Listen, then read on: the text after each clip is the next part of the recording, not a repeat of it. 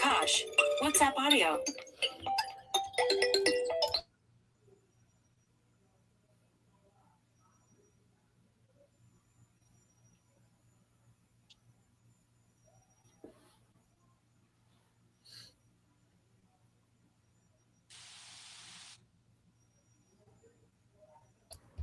Good evening, TNT family. I want to welcome you to the Yellow Zico program. And tonight we are fortunate to have our former Minister of Legal Affairs with us here, and also the leader of the COP.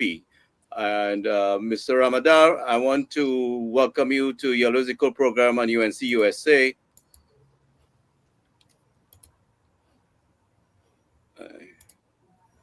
Are you hearing us? Well, he's in. Yeah, you have to unmute your mic, Mr. Ramadar. I'm not sure if he's here. He probably was hear us. So I want to welcome everyone to Yellow Zico program on UNC USA. As soon as Mr. Ramadar gets his mic cleared up, we will continue conversation with him.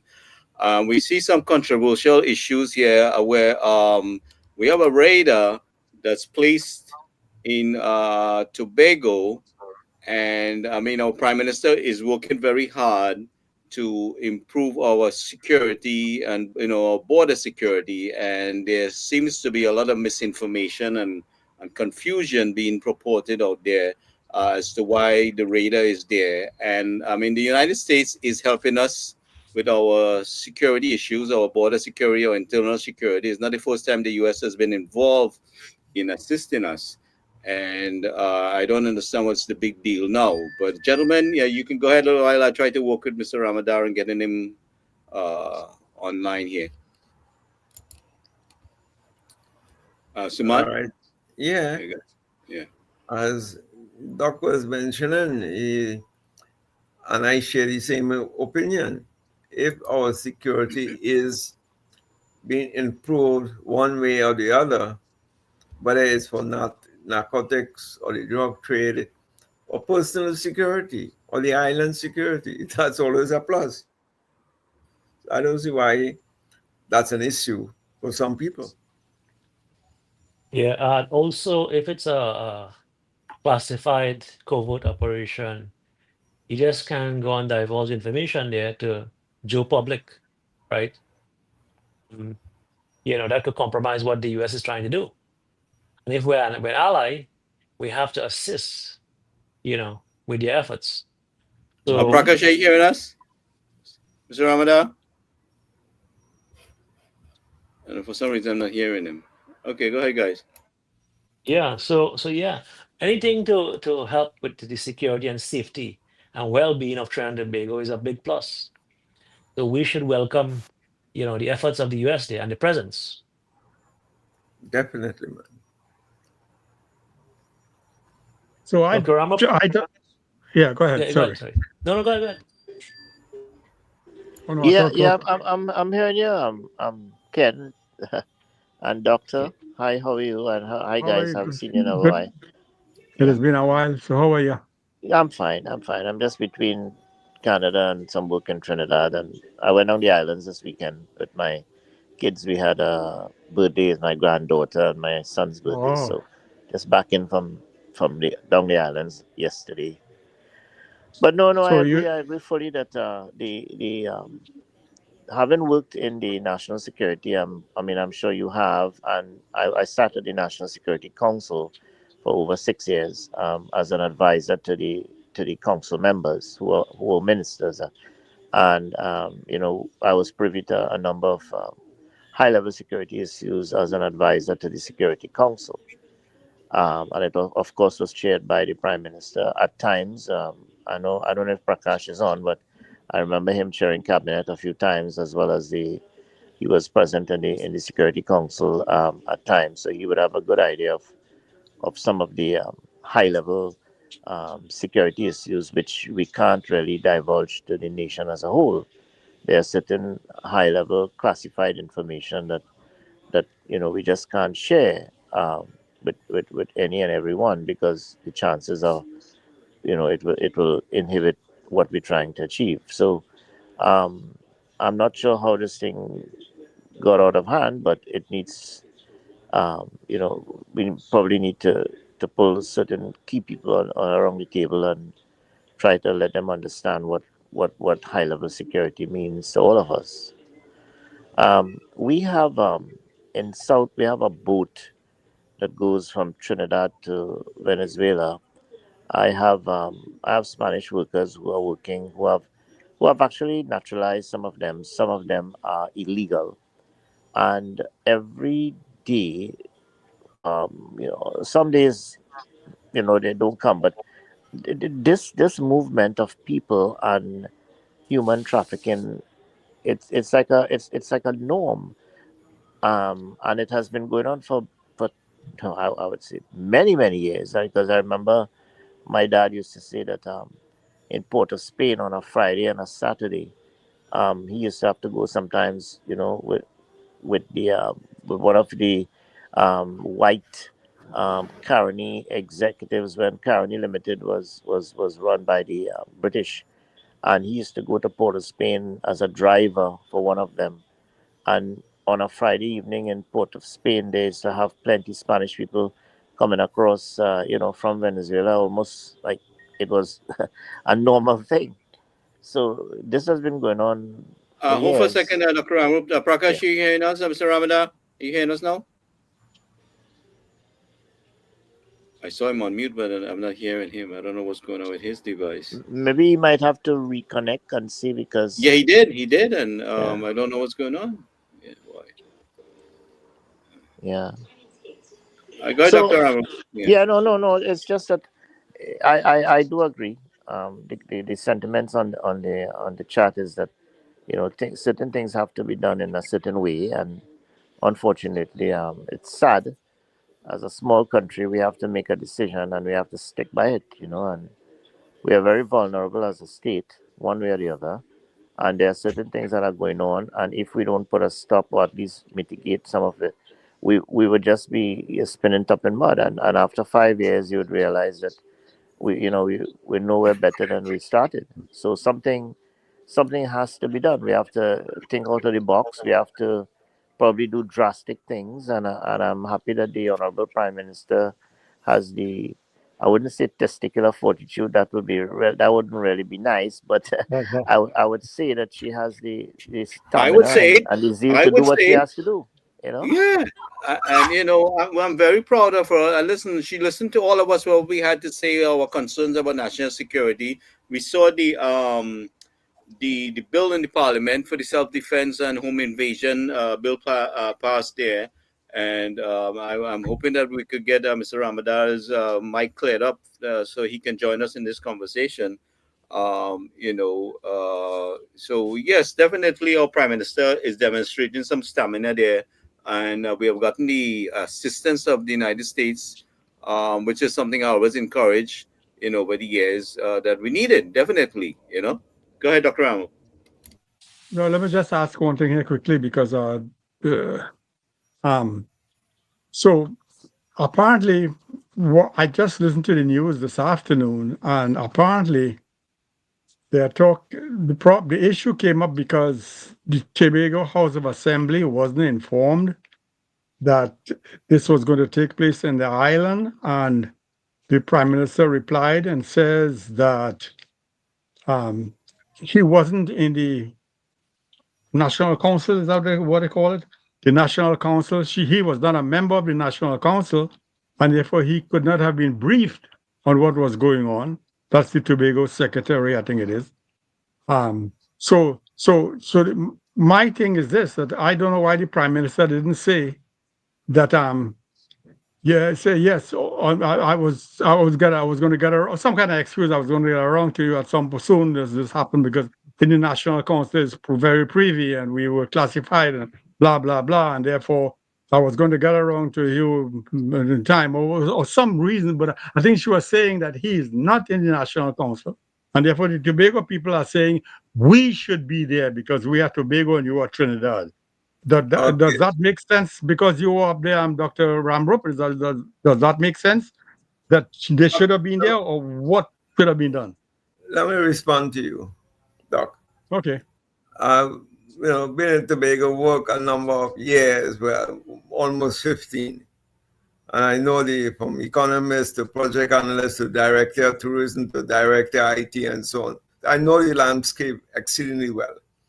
Tobago is governed by the Tobago House of Assembly Act, Act number 80. And in that act, it spells out 4 areas where the Tobago House of Assembly has no jurisdiction. And one of those areas pertains to national security. That they have no jurisdiction over that. Next thing is customs, immigration, civil aviation. Tobago does not have no jurisdiction. So the Prime Minister is absolutely correct. She is abiding I'm by gonna the play your law. video and then I'm gonna introduce you. Right? Hold on a second. So so I'm gonna put him on the phone, and because he's having trouble with the device there, so I'm gonna play the little video first, and then we'll conversate with him.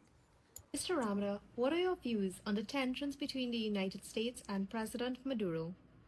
Something has to be done to alleviate the stress and anxiety in the entire region. President Maduro, as a leader of Venezuela, you well appreciate that since your election, it has been criticized as not being fair, or that in fact there was electoral fraud involved.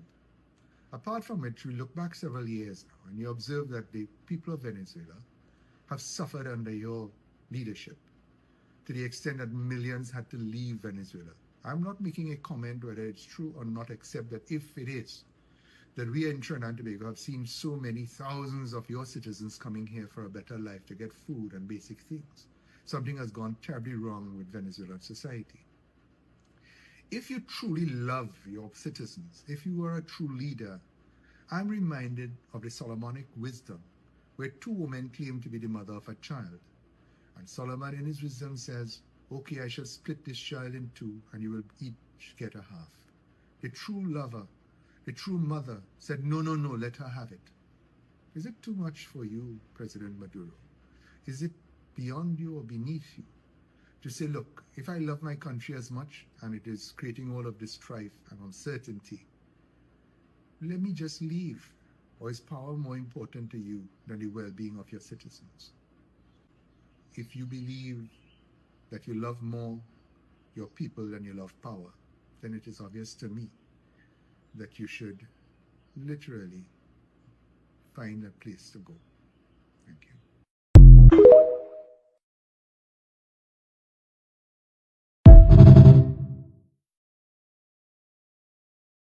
Buddy, go ahead.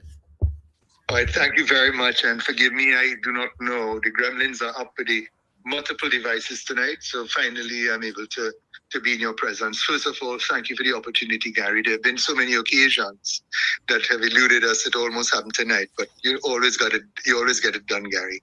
Thank you very much.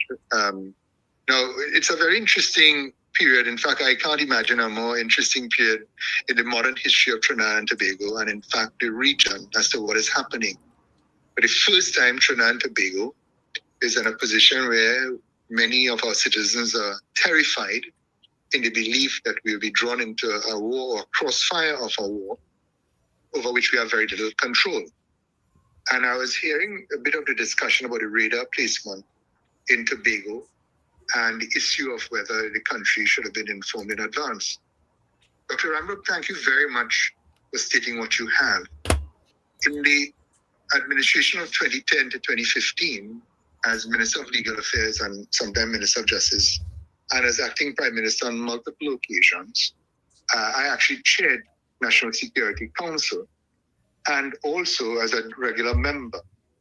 What I will say up front is discussions at National Security Council are deemed to be of the highest confidentiality, and therefore it is not the sort of thing up till today that I could speak of things I learned 10 or 15 years ago. So that's a an understanding, I think, that the country needs to appreciate that National Security Council is not an open forum for disclosure of what is discussed there. In fact, Dr. Amrup, you will confirm this. Unless different departments are invited together, discussions are held singularly with each department, and there would be no, what shall I say, contamination of the discussions unless you're invited in as a member or to participate in joint discussions. So that when something as sensitive as a radar placement is to be made in Tobago, it is not surprising to me that it was not upfront disclosed and that everything in its due course. And I'm sure there are many other things that are happening under national security that we ought not to be made aware of until things are put in place and effective. So I believe that there's somewhat of an overreaction, but at the same time, understandably so, because of the high level of anxiety. Let me also say that the United States will do what the United States wishes to do, and that many will look on and believe that we are punching above our weight to the point that we could positively influence the decisions of the United States. History has shown that America, the United States, they have their objectives and they will do whatever is necessary to achieve them. So I just wanted to put that in that context. So when I made the call for President Maduro to leave, it was my personal view that a country that was once the envy of the entire region, one of the wealthiest countries in the hemisphere, actually, one of, to have arrived to a position where millions of their citizens have fled, seeking basic things like food and shelter in other countries. And you've seen the reports of citizens in Venezuela today having lost much weight, not because they wish to be fit, because there's a lack of food, proper medical care, and so whatever the cause or reason, as a leader that went into an election that has been subject to much criticism to the point where it's been indicated that it was fraudulent and therefore not a legitimate election, why do you wish to hold on to power if it is that there's a call for you to leave? And that if you should do so, necessarily with proper arrangements put in place and negotiations, that you will bring peace, that you can bring some level of comfort and resources to your people, then there's no equation in my mind. My personal view is then you are not greater than the needs of your nation. So I just wanted to put that up front, and of course we will continue with the discussions as you gentlemen see fit. Yes. So, gentlemen, go ahead. Anybody? Dr. Amrup, since you were as I was... Go ahead. Okay. Yeah. Okay, as I was saying, under Act 80 of the THA Act, national security is under the purview of the Trinidad.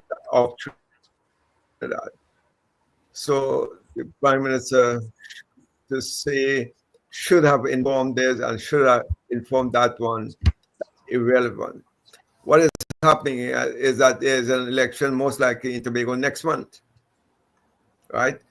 And the press, in its usual, foray, combining with the PNM in Tobago, is trying to make a big issue of this, knowing fully well that under the THA Act, security remains directly under the purview of whoever is running Trinidad. Which is the central government. Always the central government, yeah. Now, this is on Friday, Wayne Sturge and some others went down to Tobago and apprised the Chief Secretary in Tobago what was going on here. So that is really a courtesy. That was really a courtesy. But again, if you stick to the Act, the THA Act, 1996, it clearly states that national security, customs and immigration, and something else is airlines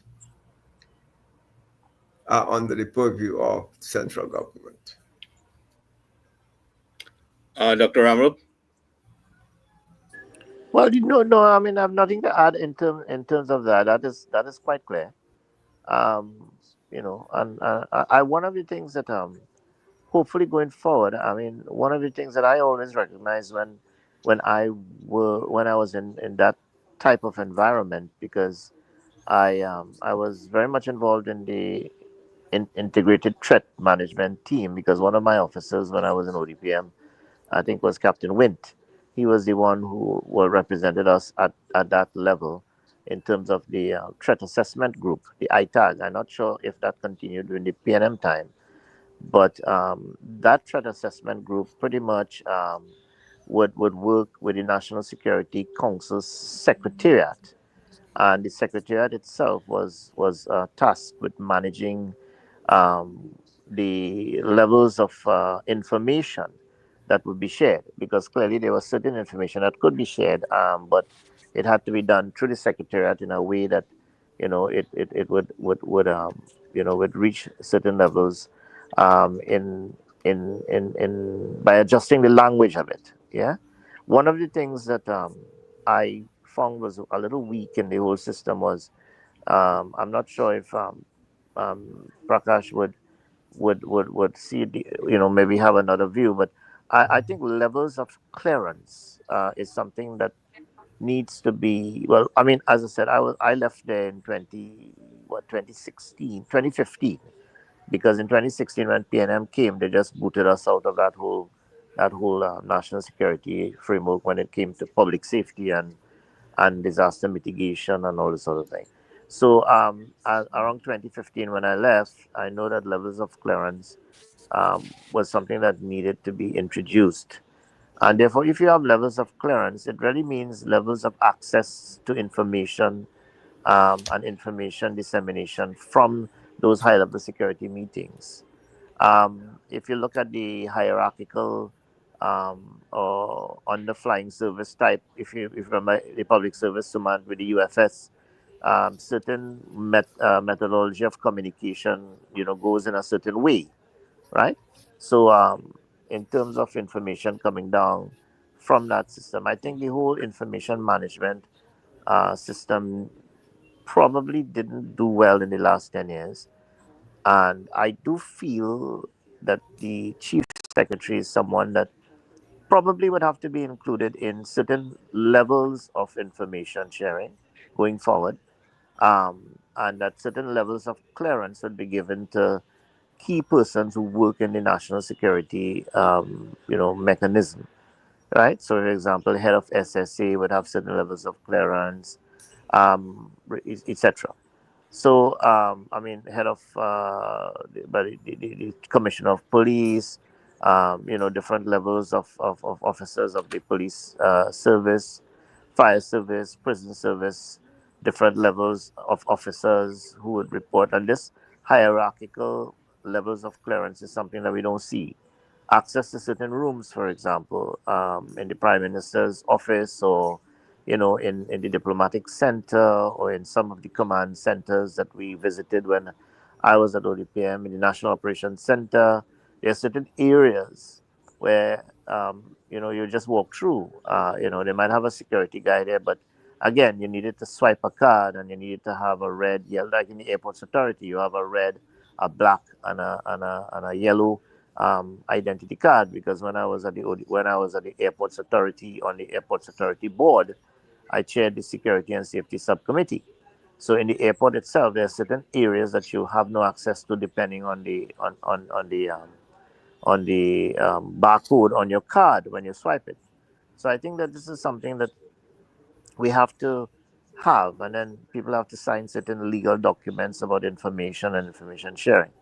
The reason why I'm saying this in the context of what's happening is that information is something that we need to manage.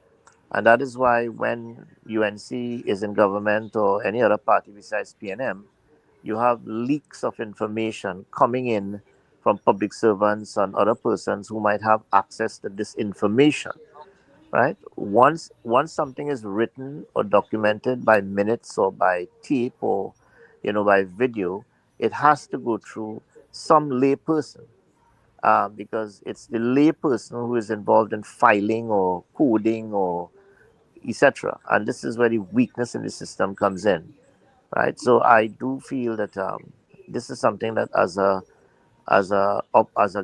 government now we should strengthen, because it will come to affect us in the last year of our 5 years, where certain information will start leaking out from all over the place, right? So although we and so much, you know what I'm talking about. So it is really Of course. something that we need to start controlling now, and that is the highest level of security information that needs to have level of clearance. Only certain people have access to certain levels of information, right? And therefore these things shouldn't even have reached the public ears, so to speak. It should have just been, it should have, nobody should have known about this, right? The fact that somebody knew about this means that we do have weak information management systems at the highest levels. And of course, this So that's so. obviously, So, Dr. Ram, that's the point. You yeah, see, we are in this business, UNC, USA, Gary, to win the next election. We already have one in the books, and we are only in this business because there's no sense, like we always said, just 5 years and walk away. If people in Trinidad realize that we are in it for the long haul, they're going to talk to you differently. As so many of you said in this program before, that the first year you learn, the last year you do nothing, they sit on it, so therefore you only have 3 years to work. If they take you seriously as a government in perpetuity, I mean, meaning that it's more than 2 terms. We never had no opposition other than the PNM, Okay. no party other than the PNM have ever sat there for 10 years or even 6 years. Because when Pandey got it the second time, he threw it out, they threw it away. So we are in this business because we want to win a second term. And I understand all the illegality and all the hiding behind the walls and all the quiet and all the classified and everything that you all are working with. But in the end, is the public opinion will take you to that second year. And even though the illegality, you're supposed to follow the law. I understand, yes, you're supposed to follow the law. But at the same time, if you want an election, you got to amend if need be, or work around the law. Or if the public is crying out for certain information, then we have to answer them, which is what I think Dr. Ramos ended with just now, that we need to manage these things when they are happening. It doesn't mean we're going by the law. If you go by the law and you're failing doing so, then you have to find a way to get around it. And that's my point.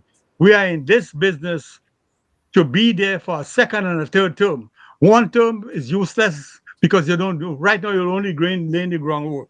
So we know why we are talking here, UNC USA. We want Trinidad people to win, to keep this UNC for another 5 and perhaps another 5 and many more 5s. So that is everything you all are saying. You're going by the books, going by the law, fine. But if there's public opinion going in a certain way, there's where the election is won. In public opinion, it is not won on the legal, hiding on the legalities and legalities. So that's my point on that issue. So if there is some way to get around this, because they're going to circle the wagon, and they're going to try to pin this UNC down for, especially for the next year and a half, keeping them, telling them that because I'll come to Gary. There's 12 things I want to talk about at next, not tonight, but let me just ask one. Mr. Ramada mentioned something that from what he says, I understand that there's really evidence that Maduro is not democratically elected in Venezuela. And that's unfortunate because sometimes losers have all kinds of things. But I believe what he's saying that really something is wrong with the election process. So that needs to be fixed. However, we live in America, so we understand what's going on, really. But in America, the voice or the public opinion is such that they are saying, or at least branded from Washington, is that the reason why America want to do whatever they want to do in Venezuela is because narco. drugs, and that they're linking the current president with drugs. And therefore, that is their grounds for trying to save American people with too much narco coming across the border. So they're trying to cut off on the supply. No, they're not talking about, they used they used to talk about the illegitimacy in terms of the election not being whatever it is not. They're not saying that now. What they're saying no, they're saying that they're trying to change regime, they're trying to change that president and put a new president because of his narco involvement. Does that make sense, Mr. Ramada? Is the American trying doing? Does that make sense or not? In other words, I understand what you're saying, and I clearly associate with what you're saying. If they're not duly elected, then that is wrong, and something has to be done. But if the Americans are not saying that now, they're saying something else. Does that make sense to you all? Yeah. Well, the point I opened with, it is Yes. not for us to judge what America chooses to do. The Right. United States will do what they wish to do, whatever their motives are, whatever the Right. rationale. That's a matter for them. What has been put in the public domain in this last iteration is a war against narco trafficking, and I do not know. And maybe I should send out to you all a release I had made when we first engaged with this, because I'm all for it. Anything to deal with narco traffickers, whether it's from Venezuela or wherever else. It has been like a toxic, caustic acid burning through the social fabric of Trinidad and Tobago and many of our Caribbean brothers and sisters islands. And I had said, is there real peace in this region? Because we know the gang warfare, the drug trafficking, the murders, and the money that flows through the banking system and the informal economy is destroying our very foundations of our civilized society. And we, as someone, Ramrup had made the point about leaks and so, many of our institutions are not trusted, the law enforcement in particular. And I remember in the 90s when the DA had a very, very, very clear presence in Trinidad and Tobago, the drug dealers and so, they were mortally afraid of them. And we know in terms of the convictions and the prosecutions of Dole Shady and so, in a large part, the DA had some hand and some help for the law enforcement in Trinidad and Tobago to have achieved those things. And I wished really to see a really active DA presence in Trinidad and Tobago, not just to deal with the drugs itself, but the money, follow your money. We have legislation that's not being properly used to go after the launderers, because it is not a local issue. It is a multinational issue, an international issue, and therefore the resources available to the United States and to other countries, more developed countries, we need all of that. Because if we allow the belief that everything is good and proper in our law enforcement, then we'll be living in a fantasy land, and we are seeing the consequence of it. The murders have kept rising, and it's not just murders, the extortion, all levels of crime, the home invasions have come from a breakdown of law and order that has, for the last 10 years, have not been manfully dealt with. So that I welcome any international assistance to deal with that fight, this multi-hundred billion dollar industry called drugs, and those things that go with it, human trafficking and all that. So I had really hoped that the region would have come together and say, look, together at this point in time, we will work together with the United States and others who are willing to fight this demonic thing. So whether it's regime change at the end of it, because there's an indictment awaiting President Maduro, and the Americans have said that this is the reason that they want him gone, so be it.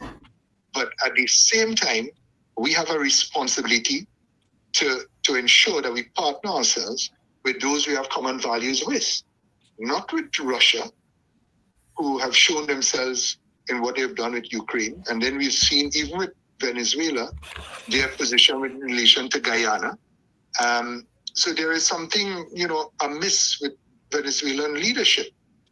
And whether they call it regime change or what, if you're the president and there's an indictment for drug trafficking and there's a fight against drugs, well then, we should laser focus on that. And if there are efforts made by the United States to deal with drug trafficking, we are the beneficiaries in a large part of that, because not just drugs, it's guns and everything awful that comes along with that.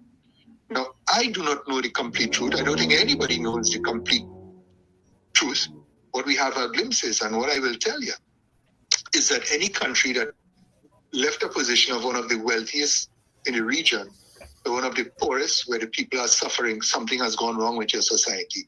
And of course, you'll point fingers and you'll blame this and you will blame it on that.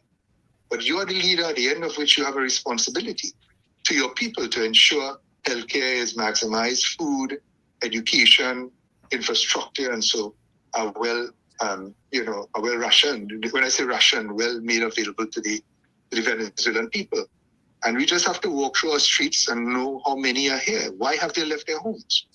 And Trinidad and Tobago is a warm, welcoming place. There's only so much we can accommodate. And therefore, there are big, big questions to be answered, but certainly action need be taken. So I do not want to conflate many of the issues. What I do know is that we are all very concerned that Trinidad and Tobago is now in the crosshairs of a potential hot fire war. I'm looking now to find a way for us all to navigate through this to ensure that the people of Venezuela do not have to shed blood, or of any Trinidadian or anything like that. And if it could be avoided by the leadership saying, look, this is not as dear to me, for me to be leader, if it could bring some level of comfort to my nation. And that is why, sometimes we have to go in a modern era back to ancient wisdom. And that is why I remember in school that story of Solomon and the two women and the child. So for me, these are the things we need to look at. And it's not about sovereignty. It's not about independence, when in fact your own people have been saying that the elections, the democracy you claim to have gained power by and through, have been distorted and something has gone terribly wrong there. So it's a very human thing. If you love your people more than you love power, then the answer to me is very obvious. And if that is what will bring peace to the entire region, it's a very small price to pay for the benefit of all. Thank you. Yes. Yeah. The you. thing with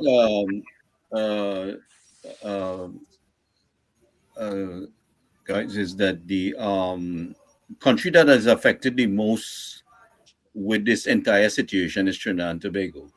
Whether it's the fluctuation of the Venezuelan nationals seeking refuge in our country, our health system is strained with it. Our the crime has increased because of it, and these are people desperate. They will sell anything for survival. So we have the right, and our prime minister has the most right to act in the best interest of Trinidad and Tobago, which she are doing. And whether the rest of the CARICOM likes it or don't like it, we have to act in our best interest, and that is what our prime minister is doing. For too many years, our borders were wide open. We have seen the videos that Senator Roberts and Lida has posted many times about all the ships, the vessels park up at Stobers Bay, I strongly believe our prime minister is within the right.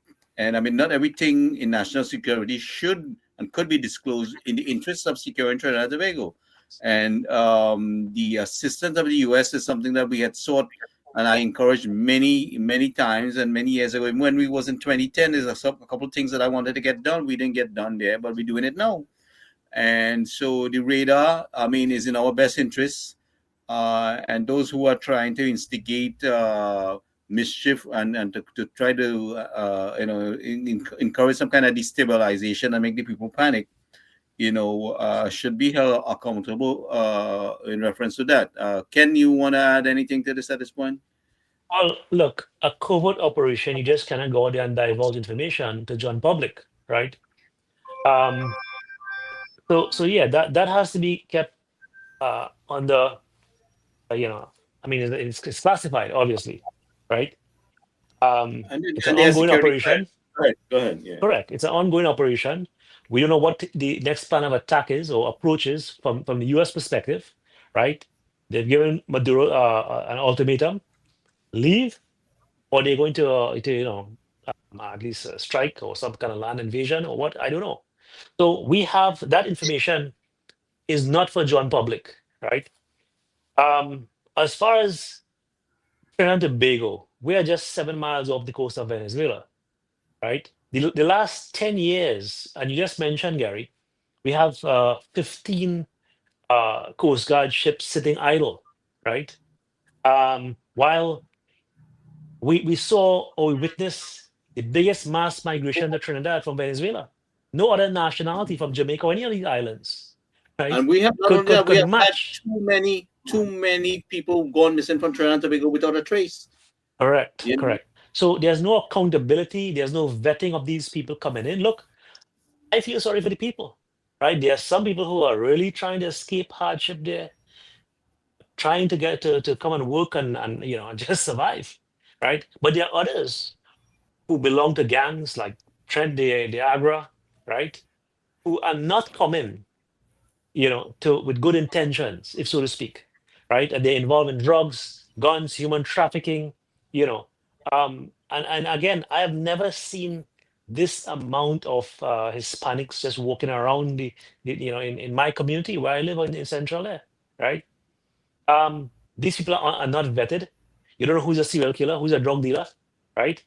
I mean, say the last 10 years, we saw the country fell into a state of decay, a total state of decay. And we have to try to fix this. The US is helping to do just that. Restoring democracy in Venezuela is going to be a big benefit for us. Now the Venezuelans can go back to their country and live with some sort of dignity, right? And hopefully the economy should thrive. It should benefit us also with regards to our energy sector, So it's a big win-win situation, and I am very optimistic with regards to the U.S. presence there and the future for Trinidad and Tobago. Ken, may I agree with you 100% on much of what you've said. And in fact, how is it our Coast Guard, and many have spoken about this, that our main assets have been allowed to decay, most of the boats, most of the ships parked when we knew of the problems of gun running and drug running? Why was that permitted with an open border, as you rightly pointed out, Dr. Ramlo, that during COVID, we couldn't get out. And Gary, one of the reasons that I'm so respectful and admire you is the work you did during COVID for many of our citizens who were blocked out, couldn't come home, and were destitute to the point of being homeless without food. And you personally, I've been told by the victims of the government's refusal to allow them to come home, or what you did to help them survive on a day-to-day basis, right? But at the same time, when our citizens legitimately were prevented, and we had a fight to get people back in here, our southern border was wide open. Venezuelans were coming and going as they pleased. And when the airport and everything was shut down, we had to visit from the leadership of Venezuela into Trinidad, still mysterious and everything else. So there seems to have been, what shall I say, something that was inappropriate in terms of our security arrangements for Venezuela. And I ask, why is it? I'm not making a suggestion that the government of the past was participating in that, but there are agents we know at every level in society that are corrupted. And when you know that there are radars that suddenly and conveniently just go out of service for a certain period of time, and we hear, of course, of shipments coming in during that period. So therefore, there is a major mistrust of law enforcement at multiple levels in Trinidad and Tobago. And if it is that we have to have international eyes and ears and technology available to us, now is the time to make use of it. Because I repeat, in the 90s, The DA they were very effective in Trinidad and Tobago. I want to see more of that, more international agencies participating in this multinational evil of drug trafficking, gun running, and everything else. So that when are you going to do it? And what a lot of our citizens do not know, in 2010 to 2015, when we came in the government, we had no scanners on report. Your Prime Minister and National Security Council, I being a member, and many others, you might have been there, Dr. Ramro, when he instructed customs to get it done, to furnish the scanners for reports. And you would not imagine how many times we had to call them back in. There was no movement whatsoever. I think ultimately we got 2 donated from the United States, if I remember correctly. And that is how scanners came to Trinidad and Tobago. Imagine in the modern era from 2010 onwards. So I am not going to say that Trinidad and Tobago is perfect. It is clearly not. But we have to try to make it better. And if it is, then one of the greatest evils that we are the immediate in line, the clear and present danger of the evils that come from the South American continent, land literally at our doorsteps first. And if we have not been able to succeed with the resources, billions spent in national security over the years, to staunch the flow of drugs and money laundering into our country and throughout, then this is the time. And if the Americans are willing to provide that assistance, we should welcome it with open arms. And we should not be criticized as a people for doing so. The issue, I think, has been really about there being a potential war with Venezuela. And as I repeat, Trinidad and Tobago, as much as we think, we may not be able to influence American policy as to what they wish to do. What we can do is to take the benefit that is available to us now. And for all those who say otherwise, tell me what is the alternative? Because for many years, we hear about gun trade and everything else. We hear about battling drugs, drug trafficking. But where has that taken us? Our society is rotting and falling apart from criminality. And this government, having come in on a law and order and enforcement platform, if this is the way, as unpopular as it may be to some, because there are those who do not really want to see change. They like the old status quo of everybody assuming that everything is good and hunky-dory. At the same time, now we see what's happening on our street. I, for one, am very concerned about the trajectory this country has been in for the last 10 years. We want to wait to a Haitian-like environment where the gangs were taking over you know what has happened in Haiti, I don't have to repeat that. But on the streets of Trinidad and Tobago, the gangs were moving us alone to themselves. And so this is not a simple issue of just about drugs, but the rut that comes with it, the rigor of law and order. And to me, I want to tell you, if I had a partner between Russia and what they stand for the United States, I will be with the United States any day of the week. Their constitution, it's not perfect, but ours reflect in a large part the rights and the privileges, the protection of human rights, the protection of property, the protection of the right to fair trials, and everything else. That's what I want.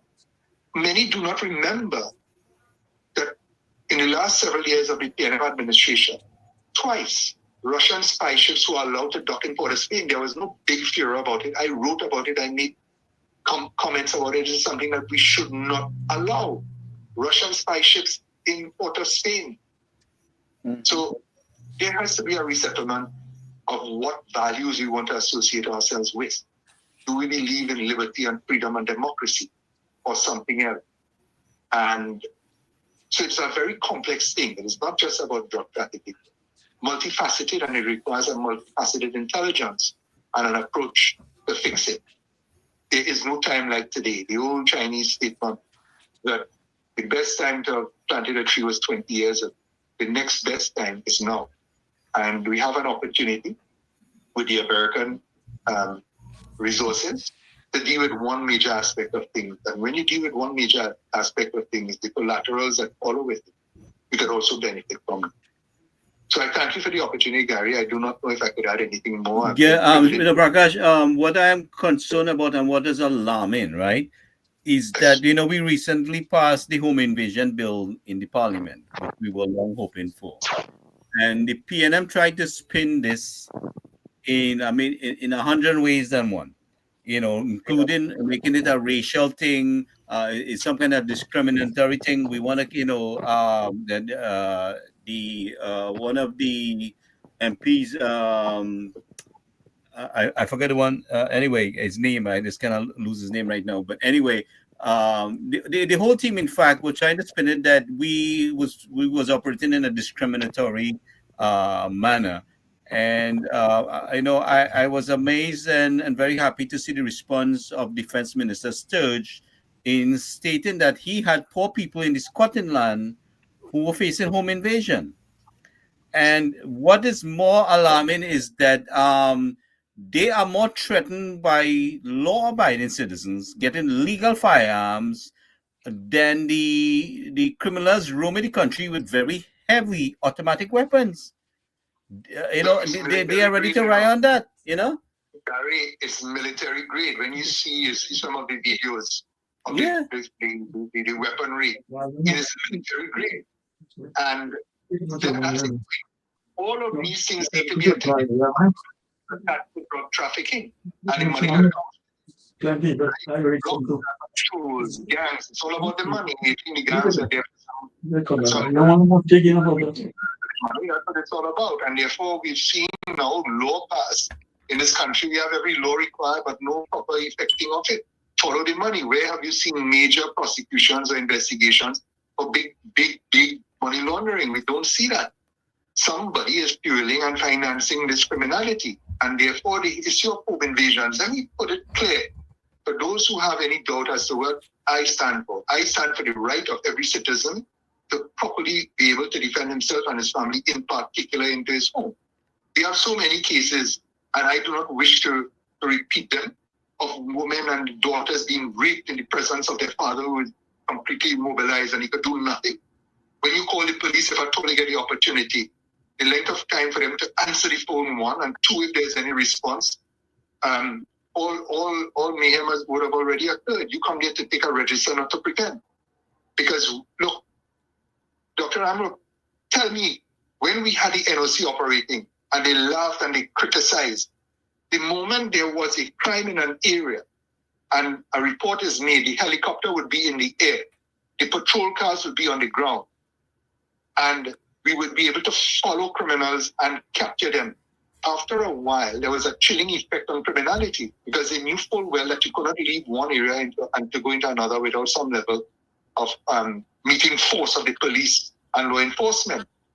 They dismantled that to the effect that, we all have personal experiences, people we know who have been murdered or friends or family.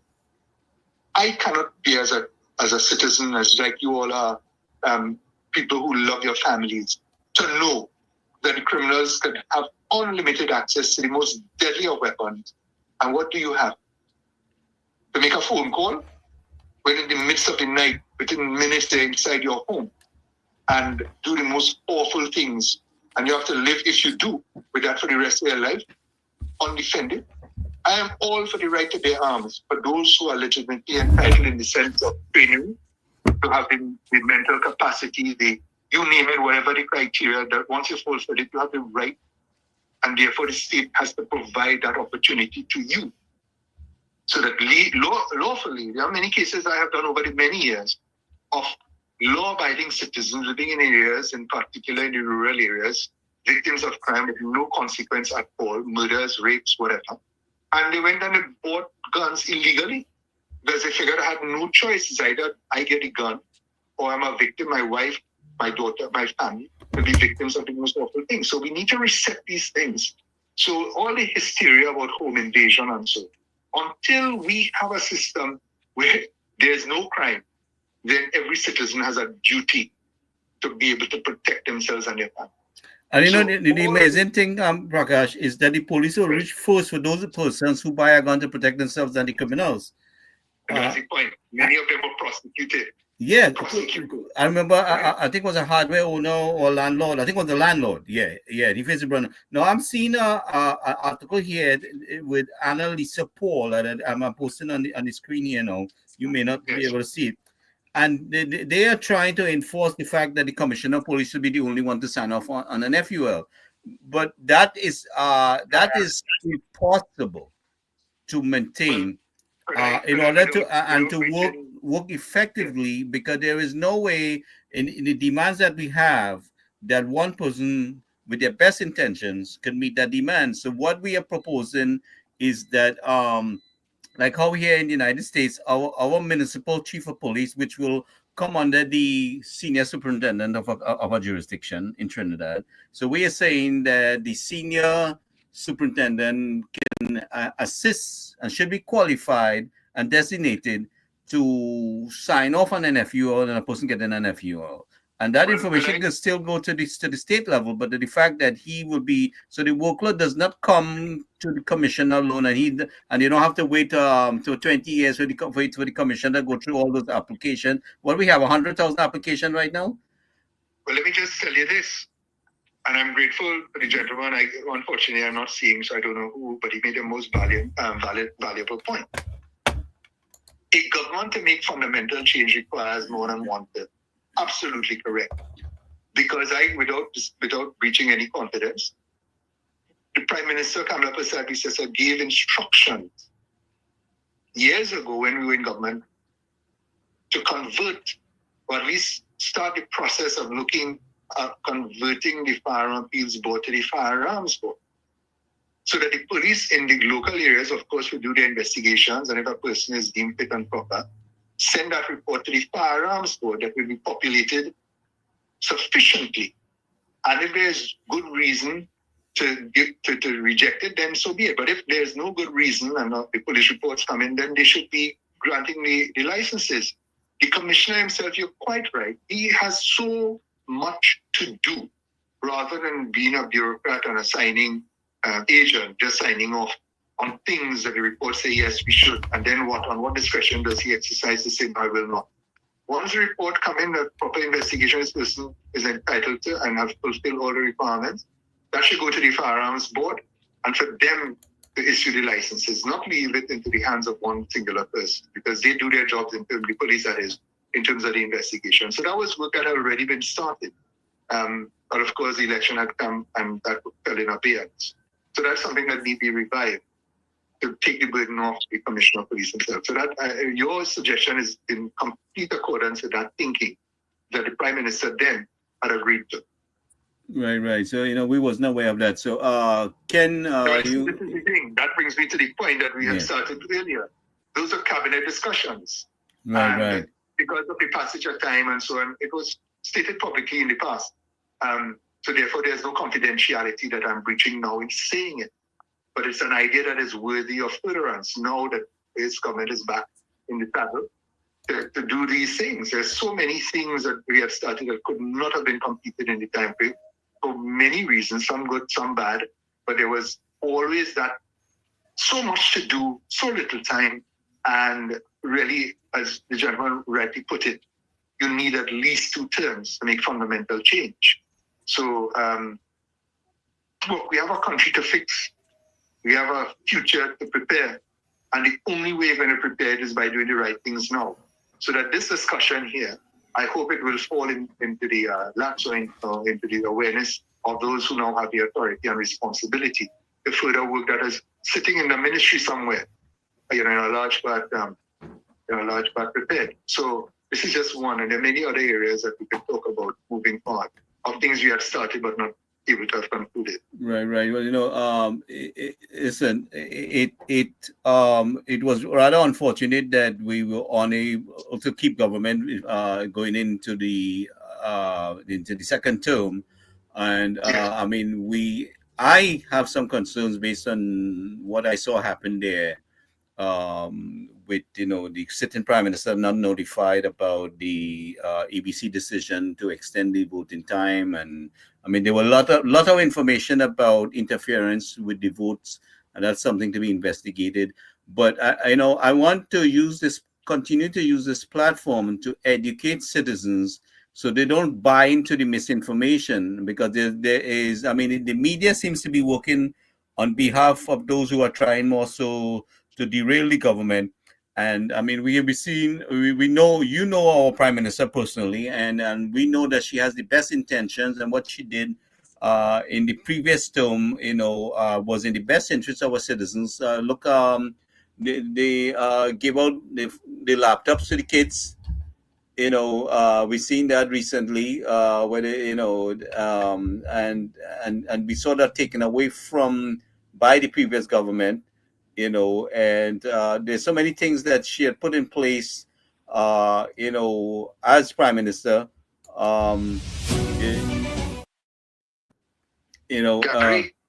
Gary, could I, if you permit me this, I don't know how much Please. longer we have. We with have as you. much time as you can spare, but I want you to come back again because we have a lot of grounds to cover, dealing with other things that we want to continue with. So I mean, thank you for being here today.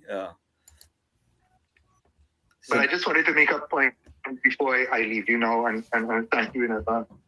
Do you know everybody has spoken about we need to transform the economy away from oil and gas reliance? What and the story not being properly told and in media and so, because good news is never news that sells. Bad news always does. Controversy is the fuel for sales.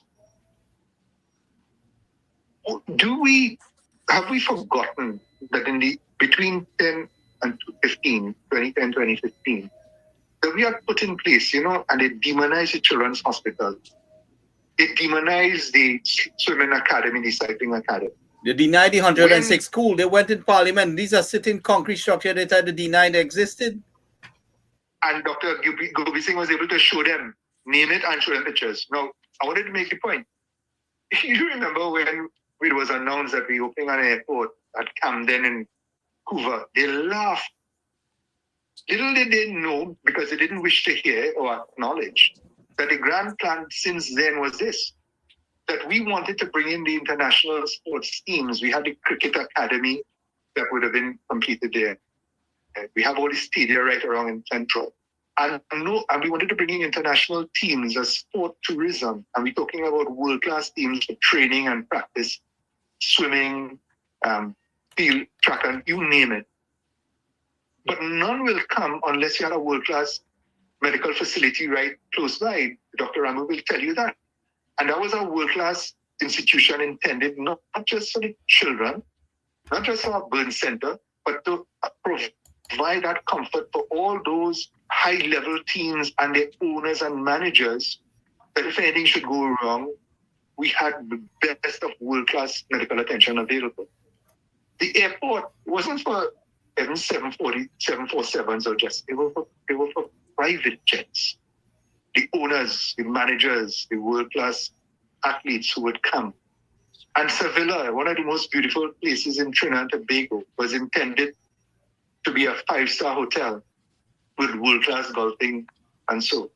When we had the vision for the South Campus, it was to take a lot of the strain off St. Augustine, open it up for the students and their parents of Central and South Trinidad, and to create offshore schooling for medicine. Dr. Ramu, you might be able to tell us more when we had partnered with Johns Hopkins to make Yes, we did. I remember that. Yeah. Centers of excellence in healthcare, so that the entire region, instead of having to look to go to England or to the United States or wherever, many of whom couldn't afford the US dollars, many of whom couldn't get visa to go, the government paying for a lot of their medical care, would have come to Trinidad and Tobago. So by today, and I'm just giving you a little inkling of the vision that we had actually not just spoken about, but put into place. And when we lost the election in 2015, right, all of those plans were put asunder. I mean, they allowed the South Campus to fall into ruins. We have to find money now as a people to restore that. How many schools are... You see, Mr. Ramada, that's my concern, because I'm worried, but all these beautiful things that are going to happen, and then 5 years after, you don't get the second and the third, because that was all. You mentioned it before. What alternative do you have? The alternative is you could also do nothing, which is their alternative. So my concern really is that second, I'm talking about second 5 years, whatever we do from here on is that second and third 5 term I'm referring to, or else you'll go back to zero. You'll never get off zero, because that 10 years that you all should have been in that is the lost decade. That's a lost Trinidad decade that they could never recover. So Trinidad have gone back. We used to be great. In Trinidad used to be the greatest in the West Indies and many parts of the world. We are down the hill. We are way down. Look at the data. You'll show you. You talk about but we need to, the campus and all those great things that are happening. You all did so many great things and many things to come. But if you don't hold on to that power, there is no sense. So that is was my major issue a while ago. I continue to do the same thing. So go ahead, sorry. Correct. And how do we do it? I agree it's a lost decade, but it really is a lost future. Because had those initiatives been grounded and matured, then the thinking of the country would have changed. We'd have had a very different society today, a more peaceful, prosperous one, not reliant on a ever diminishing oil and gas environment. We would have brought home our children, the best of our minds when they go away, don't wish to return because they have little opportunities, apart from which infrastructural development here remains very low level when we've seen other societies in one generation what they've been able to do to make it, something that the young people will be proud of and wish to retain and return. So these are the things. So having said that though, the most important question really is how do we, having won an election, continue to have the good graces of the population to ensure we have a second term? And a lot of it is to ensure that some of the wrongs, nothing is perfect. Some of the errors are not highlighted in such a way to demonize all of the good. Because, a friend of mine told me many years ago, I found it very profound in its learning, that a glass of water with one drop of poison becomes a glass of poison. So we have to ensure that no poison is allowed into a government so that it could be pounced upon and highlighted as if it is all bad. No, there is nothing perfect. Errors will be made, miscommunications will occur, and therefore we have to take a very, very focused approach, looking at the next 5 years, not that you just won, and therefore it is about electioneering only, and therefore winning next election, but you have to earn the right to it, and to communicate properly with a vision that will give a sense of hope and comfort to the population, not just a iffy, wishy kind of thing, but a blueprint. I love the term when we use blueprint, because blueprint is really a plan mapped out with timelines for achievement. And once you do that and you bring the country into your confidence, that they trust what you say because you actually do it and let them know step by step what you do. I think that is in a large part important and necessary for a second term. And the reason I speak to this, I could not agree with you. Hello?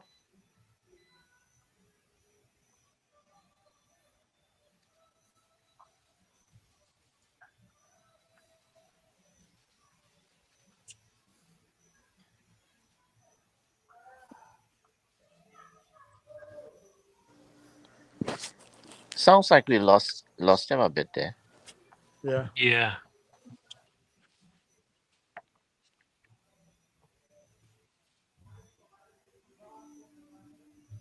I think the audio is bad on my end. Anyone else have any problem? Well, I just replied to you. You were off, but you're back on. Yeah. Sometimes it's Come on. it's dropping. Yeah. Yeah, but we lost our Yeah, Prakash. I mean, Well, Prakash. Yeah, but Trinidad needs to upgrade. They're getting there. They need to upgrade. So Yeah, he was in a location. I guess there was some kind of technical issue. Yeah, but, they need to upgrade. But, yeah, well, we go ahead, gentlemen, make your comments. But that makes Prakash Dr. point Parum because here just joined us also. Dr. Parum is here. yeah. Hi, Dr. Parum, how are you? I don't think he's tired. Let him take a rest. Yeah, we are. Prakash is Prakash is you're hearing like it is, man. The guy is good. Well, I mean, we got a good source of information. He was a minister who held many positions. Minister of Legal Affairs. He functioned in the Ministry of Justice. So he even acted as prime minister a few times. So there was a lot of trust and Yeah, confidence from our prime minister with him, right? many times, yeah. When I was there, he chaired cabinet. Sometimes I had to go there, and he was chairing, until the prime minister came. But one of the things that we have been saying over and over, and I think Doctor, you're saying, you're correct, is that we have to always keep a focus on what are the elements Smart, you keep dropping out. Go ahead, Doc. Yeah. that the government and the party has to concentrate on keeping power, right? Because in addition to what they are doing, and we are suggesting that they start or they should keep doing it all the time and focusing on that, because that's one of the key issues. You might do all the good things, and this is what Dr. Maraj is saying. We can do all the good things, but if we don't concentrate on what is required to keep us in power, you might very well find a repeat of what is happening, what is going, what happened in the last time we lost the elections. So I want to just reinforce that focus. I think that there are certain things that what Prakash was saying. There are certain things that this government really needs to enforce, not just for what they're trying to do in terms of reducing crime or whatever, but is also in trying to keep governance, right? And we keep saying it over and over in the program. There are few things that we just have to do. And one of the things that I am saying is that what kills us a lot is, I like to divide it up into two: intrinsic and extrinsic. Intrinsic to the government is the government itself, and of course the party itself.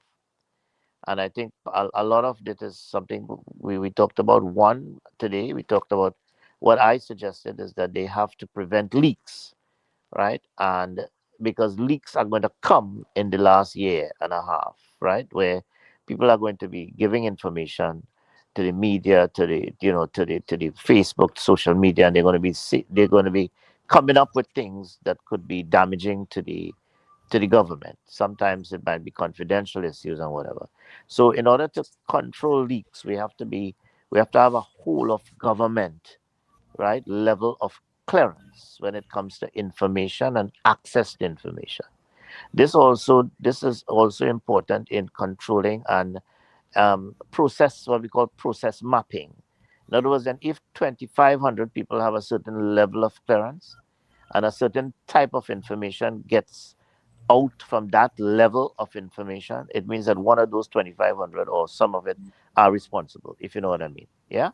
So it's a way of controlling leaks. And one of the things that is a big risk to this government is leaks, right, to the public. And that leak will come from PNM persons who are interested in affecting the government.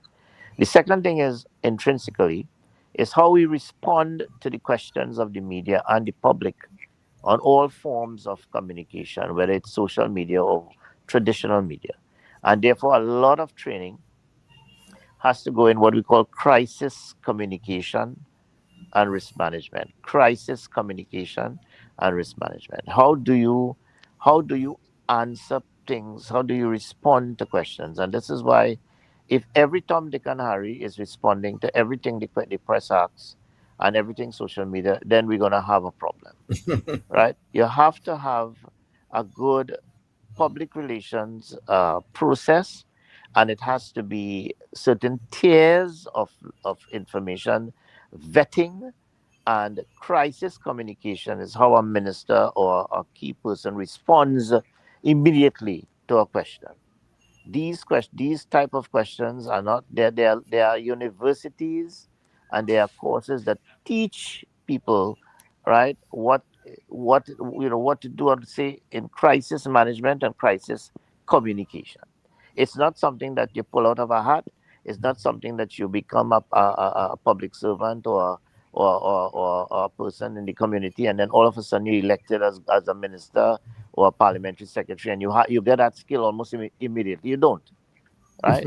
Talking on a political platform is no skill set to crisis communication and crisis management.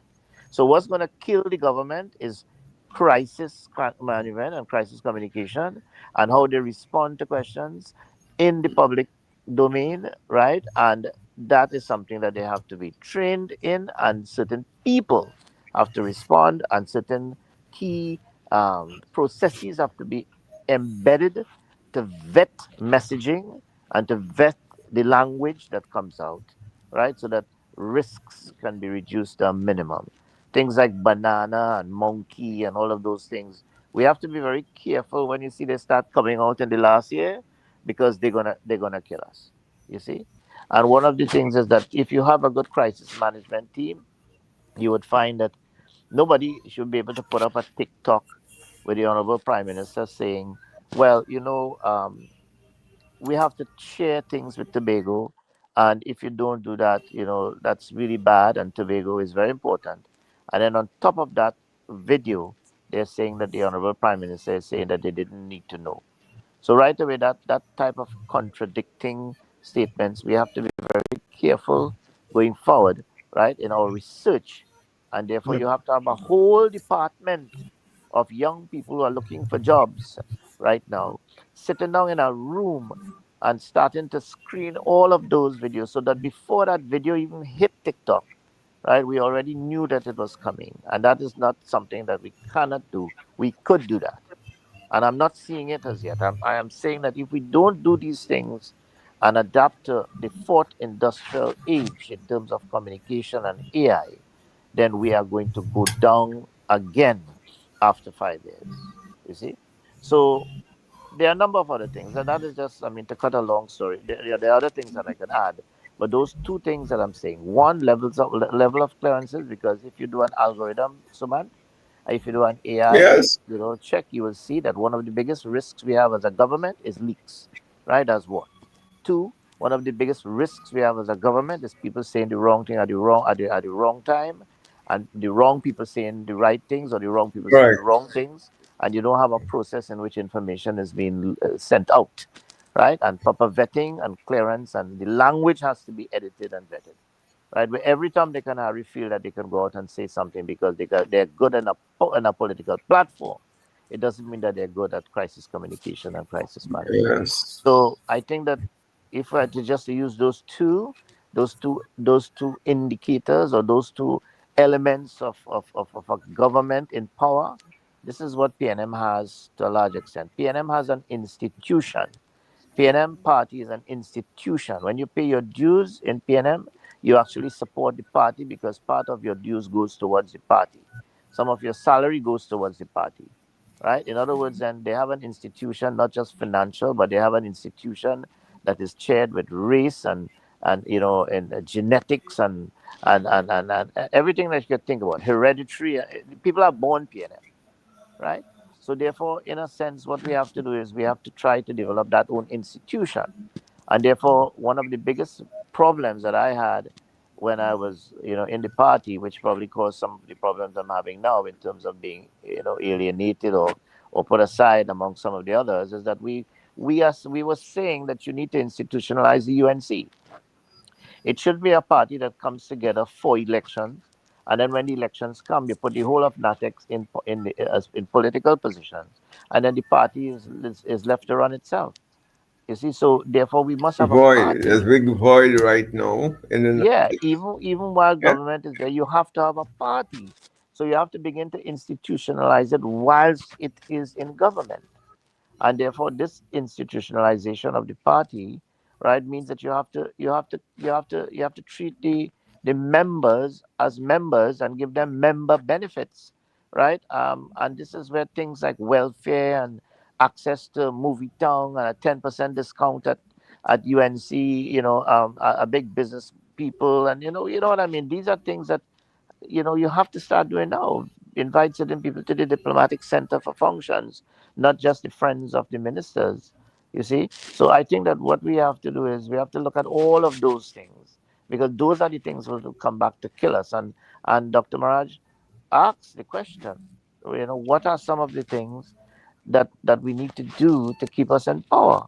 And these are some of the things that caused us to lose power in the last election. So we know it. It's just that for some reason people are not taking it seriously, and they still feel that performance beats old talk anytime. It doesn't. Performance, you could do the best of performance in a hospital.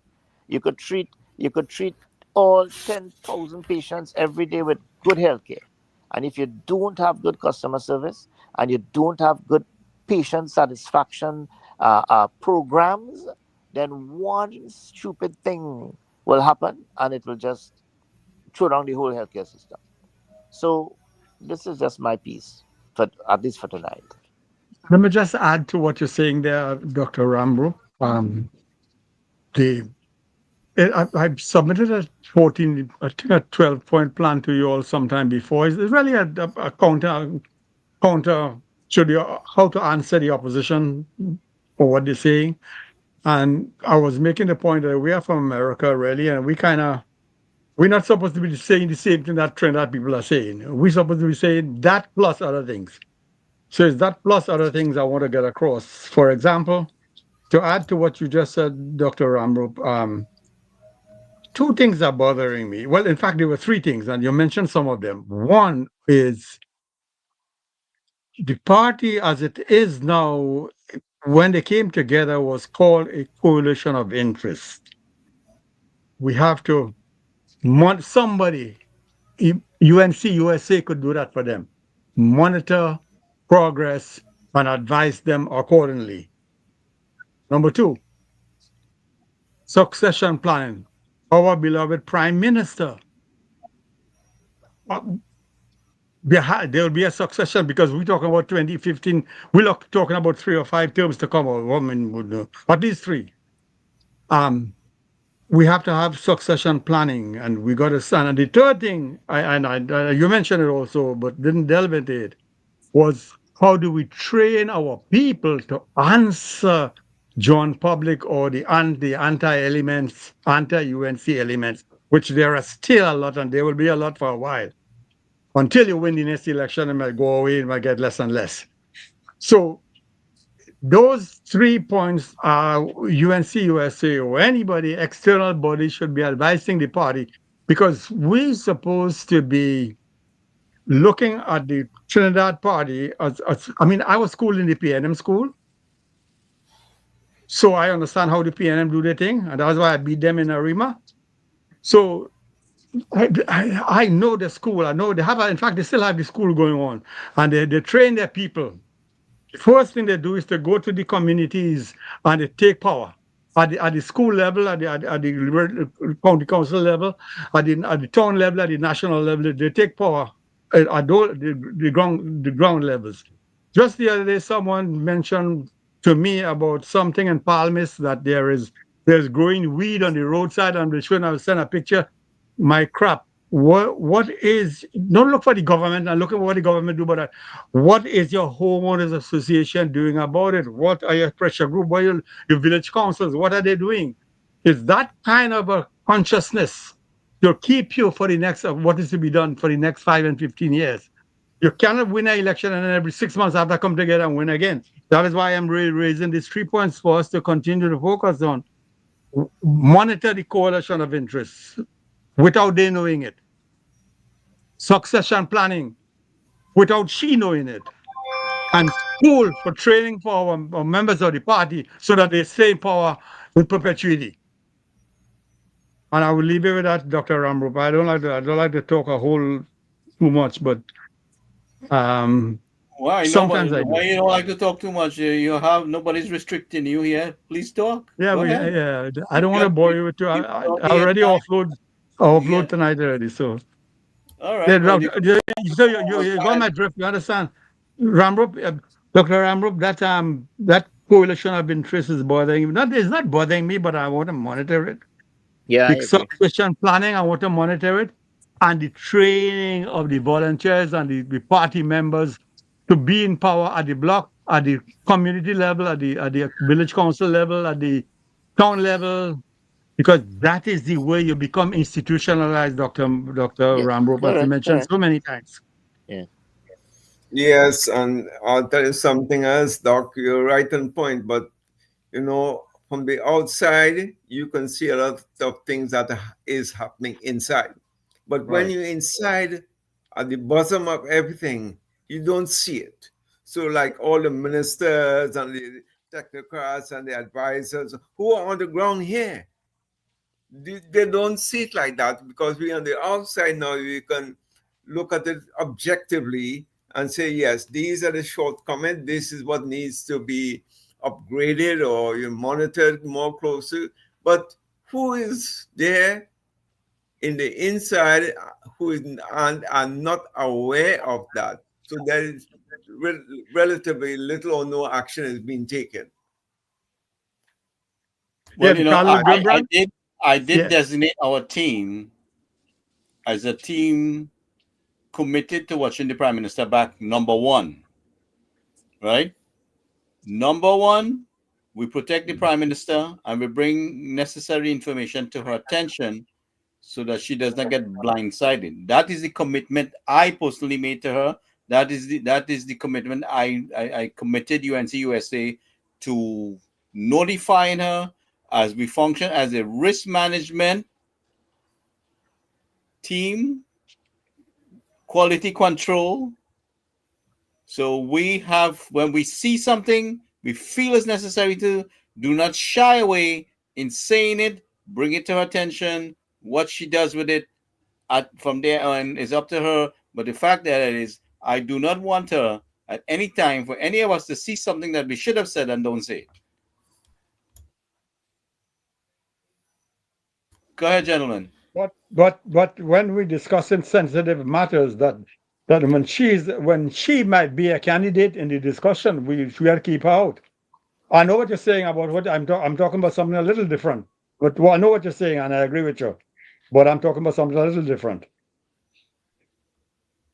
Well, I am talking about standing with her Right. until I agree she with makes you. a decision. She is no longer Right. wants to be leader. That's is up to her. But as far as I'm saying is, my team, as far as I am concerned, remains committed to her and will not exclude her in anything that she needs to know.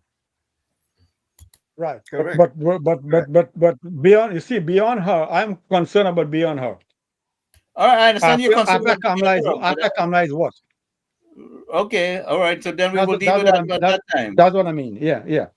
Okay, but what I'm saying to you, at this current stage, the Yes. focus is to Yes. make sure that she has the necessary information No, so she that's does fine. not get blindsided. All That's right, fine. But because I'm a little, everybody I'm jumping a, yeah, but I'm a little around. high up. I'm a little more distant than that. So I understand. Yeah.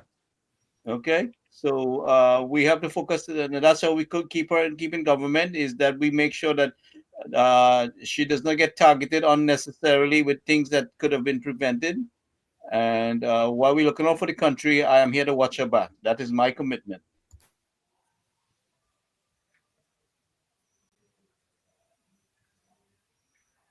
Okay. So you there?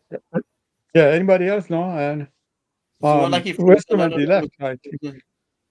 something Ken, how are you, Um, Ken? Gary, look, I just want to just recap, with the FUL process, because it's very important that we fix that whole system there, which is flawed, because that will complement the stand your ground legislation, right? We are limited. One person is limited in terms of capacity. So there's a capacity constraint there. You have Yeah, one man. it's not humanly possible for anybody with the Correct. best intentions. So that is something we have to go and look into and fix that flawed system there, right? Now, we also spoke about the future and the next 5 years. And I will say it very clearly here, right? We need to focus on the marginal constituencies. And I would like to suggest we have a special team just focusing on those marginal constituencies and addressing, measuring what we're doing there, how we're doing it, and the performance, how we're performing in those marginal constituencies from now. And that will take us into the next general election, right? We can't be all over with these marginals. We have to pay, not that I'm saying to neglect the base, The base is going to be taken care of, but the marginal constituency is our make or break. And we need a special team to focus on those marginals to Yeah, well, ensure Ken, that it stays that with is why us. I made a commitment to Toko Sandegrande to make sure, as one of our marginals, in that we were not there to win the election. I was there to make sure that the service was delivered. We would assist the MP and the corporation in best, which we already doing. You've given some commitment. You met with the farmers, and you're lending your expertise in resolving the flooding issue. So we are already doing that. Correct, correct. But we also have to look at the other constituencies, also the marginals, and build on that, at the same time. So yeah, so that's what I want to say in closing. So, but Right. If we get the collaboration from those MPs, I mean, I've reached out many times. Not much, response. But I mean, with MP Sturgey, he's very effective in responding and remain engaged with me. So I've given the commitment. He knows where I'm at in assisting him and the constituency. We have gotten some collaboration with the borough corporation, the regional corporation there, where the guys are communicating. The chairman and the deputy chairman is working with us, and we recently helped them with that Diwali program, which turned out to be exactly what we wanted it to be, and I was hoping for it to be, and so we're making some progress in that area. But there are other constituencies that I want to be able to get the communication flowing with those MPs. I mean, Kumoto Manzalina, I have reached out and hasn't been successful there. But hopefully down the line they would find a way that we can work together. I will keep trying on that, because Kumoto Manzalina is right next to Toko Sandegrande, and we will have to include Kumoto Manzalina in the plans. Because there's going to be an infrastructure overlap there also. Yes. So definitely we need some communication with the MP. I'm going to keep trying. So that aspect, I haven't been able to reach the Labrie and Point 14 MPs as yet. But the guys are doing some magnificent work down there. But we definitely want to be able to reach them. And you, Suman, Dr. Ramov is physically there, so I am, depending on you guys. I reached out to one of the MPs today, and I mentioned the response was good, right? Response was excellent, and I told them that if they need my assistance with the flooding, the traffic congestion, and so forth, and he said yes, we need it, and so we're going to be having some discussions down the road. Yeah. Because so, again, please move forward, and yeah, you and I definitely, because yeah, because we are also just not thinking about only fixing, but we are also thinking about the future and the next 5 years, planning, next term. right? Yeah, definitely. Yes, of course, and that starts yesterday. So yeah, so we have to hit the road running, ground running, and ensure that these things are taken care of. So that's what I have to say for tonight. Sumad, you guys. So we also saw Suman, this is more along your end here. Let me just play this video here.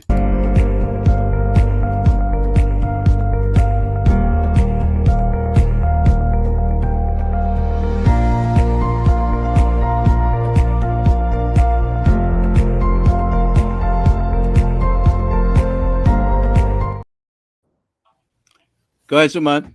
Yeah, that's our famous laptop project, which brings back my memories. I did that project way back for them. And today they were in Tobago distributing over 1,000 laptops. That's the Minister of Education, Dr. Dowlett, was in Tobago today. And, but like everything else, you see, the press is one of the biggest bugbears for the UNC right now. They don't highlight the things that should, in my opinion, be highlighted. They highlighted the radio issue, make it a big issue. No, they're busy attacking the Prime Minister. That's what they're busy doing. And the Prime Minister is damn right, because under as I mentioned before, under Act 80, THA Act 80, for Operation Soul, which is the Prime Minister, is fully authorized to do whatever she wants in the areas of national security. She don't have to inform anybody if you choose not to. You know, so she's well within her rights, and the press knows that. The PNM2 representatives in Tobago who were defeated knows that as well. But they're making that. How difficult it was with Dr. Rowley to get information, you know, and his administration. No, but I want to know, where were they when Delcy was come flying into Trinidad and Tobago all the time? How come they never approach him for answer or question him? So you see, the press, the publicity, the PR, the communication, these things need to be aggressive to ensure that the message, the correct message, gets out there. You know, Suman, if I could get the funding to hire, you know, to give a little stipend to a little group of young people who's interested in communication, to work on behalf of our channel there, that would be magnificent. You know, I really like to get that done. You know, yeah, that's a good move, Gary. But yeah, I mean, we just need a team committed there. You know that you know that will be at the parliament, be at this press conference, and you know, and represent our channel there. You know, that's something is part of the objective. I'm looking for help on that aspect. So the laptops today, which is being given out, has an AI component. So it's not the basic laptop that was given out before. It's an AI-driven solution type of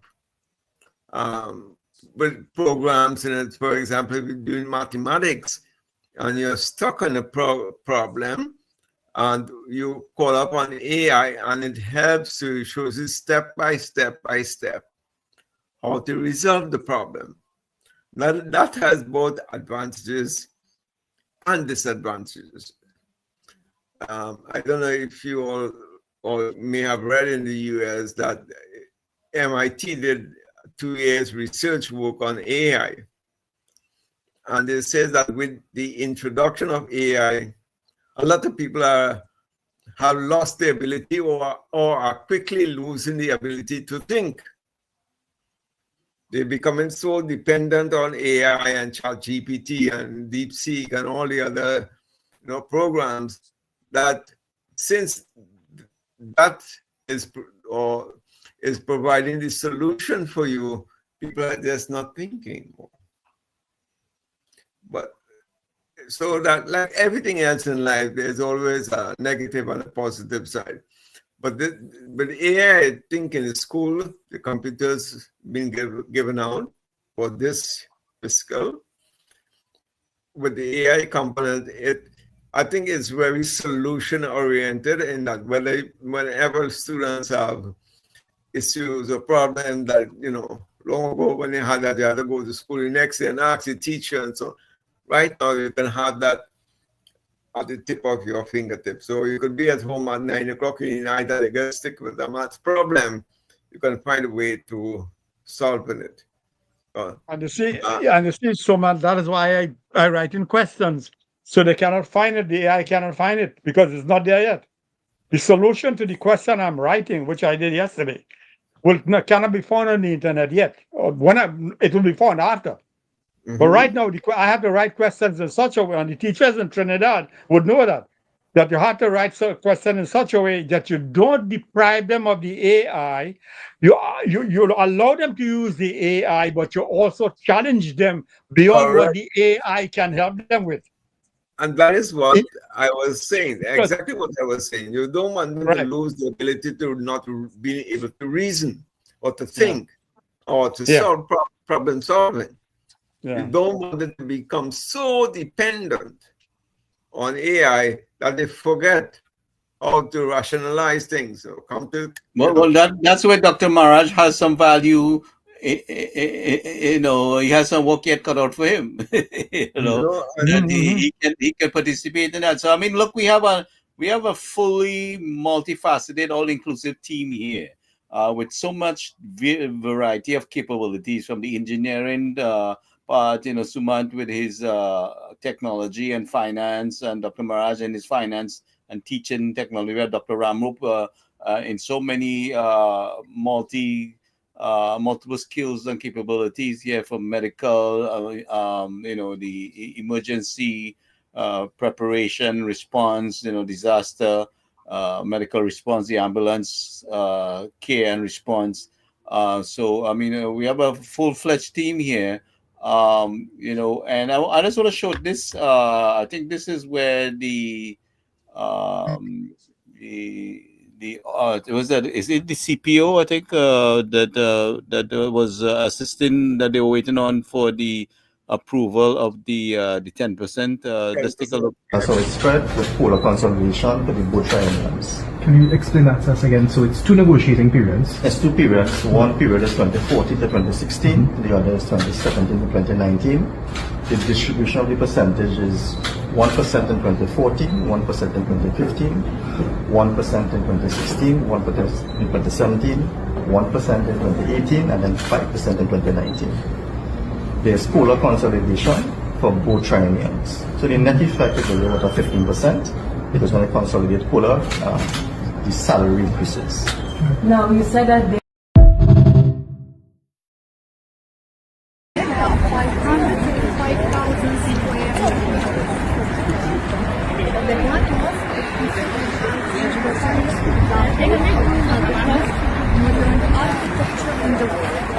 it links the past with the present in harmonious ways. It's a reading. From Amman, they would do it same, but Shorter. A bit shorter. So like the reading I did is that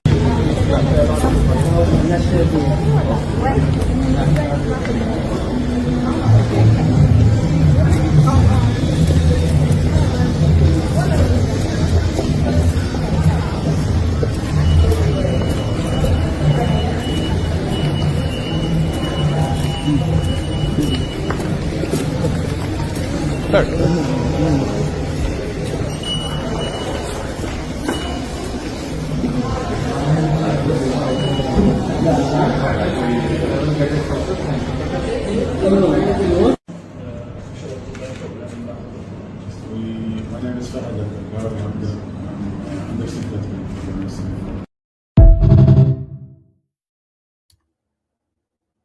Calypso So, gentlemen, I have a lot of stuff to write to sing about. I mean, this Sheikh, some of these guys just in Sheikh costume, and your minister of works dressed up in the hijab. Excellent, very good. well, What the hell is this? they are on the job. They are hard at work. They all the way in the Middle East, sourcing investment Right. for our country. So our people are not sitting down. They are hard at work. So In when the hijab, they in had the Arab, they in the Arab adjusted headpiece. to the country that they went to. It's just like when we have our national holiday, everybody gets mixed up in whatever dress outfit that is of the culture. But so they did what they had to do. They are in. I'm not sure if they return yet. In the Middle East, there. Seeking our interests and working very hard. If you notice, this government is moving fast-paced in comparison to the previous government, and they're getting a lot done in a faster pace. And because we do have, I like to make the point that we're not coming from ground level. We are coming from underground level because of the level of destruction the PNM did to our financial system and everything else. So I know finances, Dr. Maharaj and Sumant, also you guys want to jump in and state on comment on that part of it. Feel free to go ahead, gentlemen. Yeah, I think that visit, because when I saw the blueprint, I saw that as Abu Dhabi and those kinds of blueprint that the minister works. I suspect that a country like Abu Dhabi, she has to visit, or one of those other smaller, I forget, Saudi Arabia, not Abu Dhabi came to mind, but I think there's somewhere else, one of the other countries around it, one of the UAE countries. think So I thought since they're modeling these people, it'd be nice to invite them in because they have built structures like those that we saw in that video that the Minister of Works put out. I thought that is a place they would go. I think Singapore has something of that, Japan has, and China has some of those kinds of things. And of course, indeed, those smaller Arab countries there that have lots of tourists, and they cater for the tourists. So as this minister said, that in time to come, Trinidad will not be the same. You'll not be. I think they said it will be unrecognizable, and I guess she meant it in a good way, because if they allow the PNM, it will be unrecognizable too, but in a bad way. So, You're right, Doc, but remember. Look at this other one here. This is more related to Ken. This is one of the most dangerous structures in America, and few know what could happen if it failed. Did you know that the Hoover Dam holds back enough water to drown an entire state? It's one of the most powerful engineering creations in human history, and also one of the most feared. Built during the Great Depression between the borders of Nevada and Arizona, the Hoover Dam changed everything. It turned deserts into cities, powered millions of homes, and gave birth to Las Vegas itself. But behind its massive concrete walls lies a secret that most people never think about. Inside, there's enough pressure to tear steel apart. The dam holds back the entire Colorado River, 3.3 million cubic meters of water pressing against it every single second. If it ever collapsed, the result would be catastrophic. A wall of water would roar down a canyon, destroying towns, bridges, and lives within minutes. Experts say Las Vegas and everything around it could vanish beneath a flood of unstoppable power. Even now, the dam trembles slightly under the force it contains. Engineers monitor it day and night, knowing one small failure could trigger disaster. And deep inside, there are tunnels, silent, dark, and dripping, where workers once died building this giant. They say their ghosts still echo in the walls. The Hoover Dam isn't just a monument of progress, it's a reminder that even our greatest creations can turn against us. So here's a multifaceted, multi-purpose project and structure that we could build in Trinidad on a smaller scale. Definitely. All right, Ken? So Definitely, this Gary. is what I'm thinking along the line, for especially for the Caroni River and what was that? The Oropouche River up front. Suman, what by you there? Which one is this? Oropouche River, right? Yeah. And then we have the Guaracara River. I guess kind of loops in somewhere there too, right? So, Ken, Well, it will also help with the flooding, also, right? Yeah, well, we the can use it flooding, not just as hydroelectric, but as storage capacity. right? And also So electricity, freshwater flooding, reserves, water yeah. storage, everything. Strategic freshwater reserves during droughted conditions. So you remember last summer we had issues with the dam, right? It was below average levels. So with climate change, we are going to see and experience the extremes. So we have to think strategically and plan for the next 20, 30, 50 years, right? Rainfall intensity will definitely increase. And we're talking about flooding, we're talking about mass storage. But Gary, I mean, we could do so much. So we could do so much, yeah. We just had to put our minds together, bring the right people, right resources, expertise, and we can get it done. Hey, Ken, let me ask you I think we something. have the Ken, right let me ask people you a here question. Yeah. Sorry, Go ahead. Let me ask Dr. Ken a question. Hold on. Who's that? Gary? Yeah, Hold go on, ahead. Ken. Go ahead. Go with the question. Go ahead. So we who are non-engineers kind of have all kind of ideas, but they're not. When they put it to the engineer, it doesn't make sense. So since I was growing up in Trinidad, there were really two reservoirs. There's one in the north and one in central south, somewhere like Tabaquite. But I always felt, how could a Tabaquite reservoir service Bonas Cedrus with the kind of soil that you have, with so much level as the depth that you go down, and the unsteadiness of the soil in Trinidad, especially at the higher levels, not deep down, higher levels, and that you planted a pipeline in that kind of soil, not deep enough where it can be steady enough, then you're going to continue to have a problem of breaking pipes and leakages. So that's my first question, and I could think about it. The second one was, I always thought that we needed more than 2 reservoirs. It's because I think that with a growing population and so on, we should have more reservoirs in the country, like 2 or 3 or 4, maybe, I don't know how many. So that's a short one. That's the easier one for you to answer. But the first one, what about the first one? Yeah, go ahead. Well, with the pipes breaking, right? It shows that you need proper pipe support.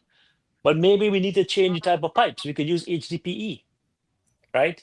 It is used here in the United States, and some might say it's expensive. But I think when you look at the return on investment, right? We need to switch out some of those pipes that WASA is using and start adopting and using the HDPE pipes. So that is the probably answer your first question, because the HDPE No, is but wait, what would the depth? What would having it not burying it deep enough, because at the high levels the soil washes away. There's movement, friction, and therefore if you're not deep enough, it will break every day. So it has to be a certain depth. That's my question also. It has to be a certain depth. That is correct, right? As far as how we do things now, I think that whole system needs to be revised and revisited, because we are losing a lot of our potable water through leaks, and the infrastructure is crumbling. We're playing catch up, and we're patching and putting a plaster here and there. It's like a big jigsaw puzzle. So we need to have a good grid system, right, of water distribution. As far as evaporation, right, with climate change, the intensity of the sunlight, I mean, some people have been saying, hey, you go outside there and that sun is just killing you, you have to run back inside, right? The solar intensity and what we experiencing now is different from 20, 30 years ago, So we are going to be experiencing the extremes in terms of weather, and climate change is going to continue to challenge us. We have to plan properly. We have to design properly. And we also have to look at a 50-year plan, With regards to the reservoirs, right? This is not really the sole purpose. What Gary and I have been talking about is something called river routing, right? The Army Corps of Engineers developed a technique, right, which is called the Muskingum method. We are going to look at an approach where we route our rivers and try to store upstream, because with rainfall intensity, our catchment cannot handle the type of intensity that we're experiencing. So we have to build mass storage. And what we could do with that also is use some of that water, right, as strategic reserves. So during droughted conditions, we don't have to say, well, half of the country has no water, or the plant in Point Lisa, they have to do a fit out, right? And they have to do, to repair something there, or something is down, right? We could have strategic reserves. We could build better plants. We could build plants that could address the drinking water quality, right? Where people don't have to buy bottled water anymore, right? Remember long ago, before bottled water came about, what do you guys used to do? We used to drink the tap water, right? Yep. So what happened then? And river water. Did the water got so contaminated that we can't do that anymore, right? Okay. Did our aquifers contaminated? The aquifers are fine, right? We have to look at good, clean sources of raw water, right? And we have to build our treatment plants to meet, I would want to say, US EPA standards for water quality, for potable drinking water, right? But that is a work in progress. But we also have to think strategically. With climate change, things are continuing to evolve. And we're going to be challenged down the road 10, 20, 30 years from now. So HDPE pipe is something to look at, right? It flexes, we could bury it at any level, and it will help with all these leaks, all these leaking pipes and excavating and digging up the roads and stuff, right? Every Monday morning, you see WASA excavating a brand new road that's just paved, right? So that is something that we also have to address, because I don't know if it's deliberate or what, but in the States here, we don't see people digging up pipes here all over the road, right? Like we do in Trinidad. So something is clearly wrong there. and that could be easily fixed. I thought it was the nature of the soil, really, but it is not. Well, no, here's what. When you bury piping, when you put piping, you don't put it back in the same soil, right? There's a guideline, there's a design guideline for how you place that. You compact the base, you put sand fill around it, granular fill, and so forth, right? You don't just put it back in clay, and stuff like this that could cause heaving and stuff. But that's all designed, it's all engineered, But again, when you don't hold people accountable for their work, they go out there and they do things halfway and they cut corners. And this is why the quality of work, the project suffers, right? Because there's no accountability. People are accepting work that's substandard, right? And then the taxpayers have to go and pay to get it repaired or remediated. So these are the type of wastage that we have to look at with our projects and have some level of accountability and transparency and be able to hold people accountable. Like someone was telling me the other day in a different chat group, they could use why don't the commissioner of police use an e-pen to just sign away all these FULs? Here's the thing. What if the e-pen goes missing one day? All of a sudden we see 500 applicants signed. And these are people with mental problems, criminal records, etc. Right? And what are we going to actually tell the the application has to be reviewed, and you have to look. You have to look at what you sign, because you could sign Definitely. the wrong. But again, with an e-pen, an electronic signature, right? What if that goes missing, or somebody has access to it, right? I want to see that FUL application process phased out and be more efficient, right? Where there's a turnaround time.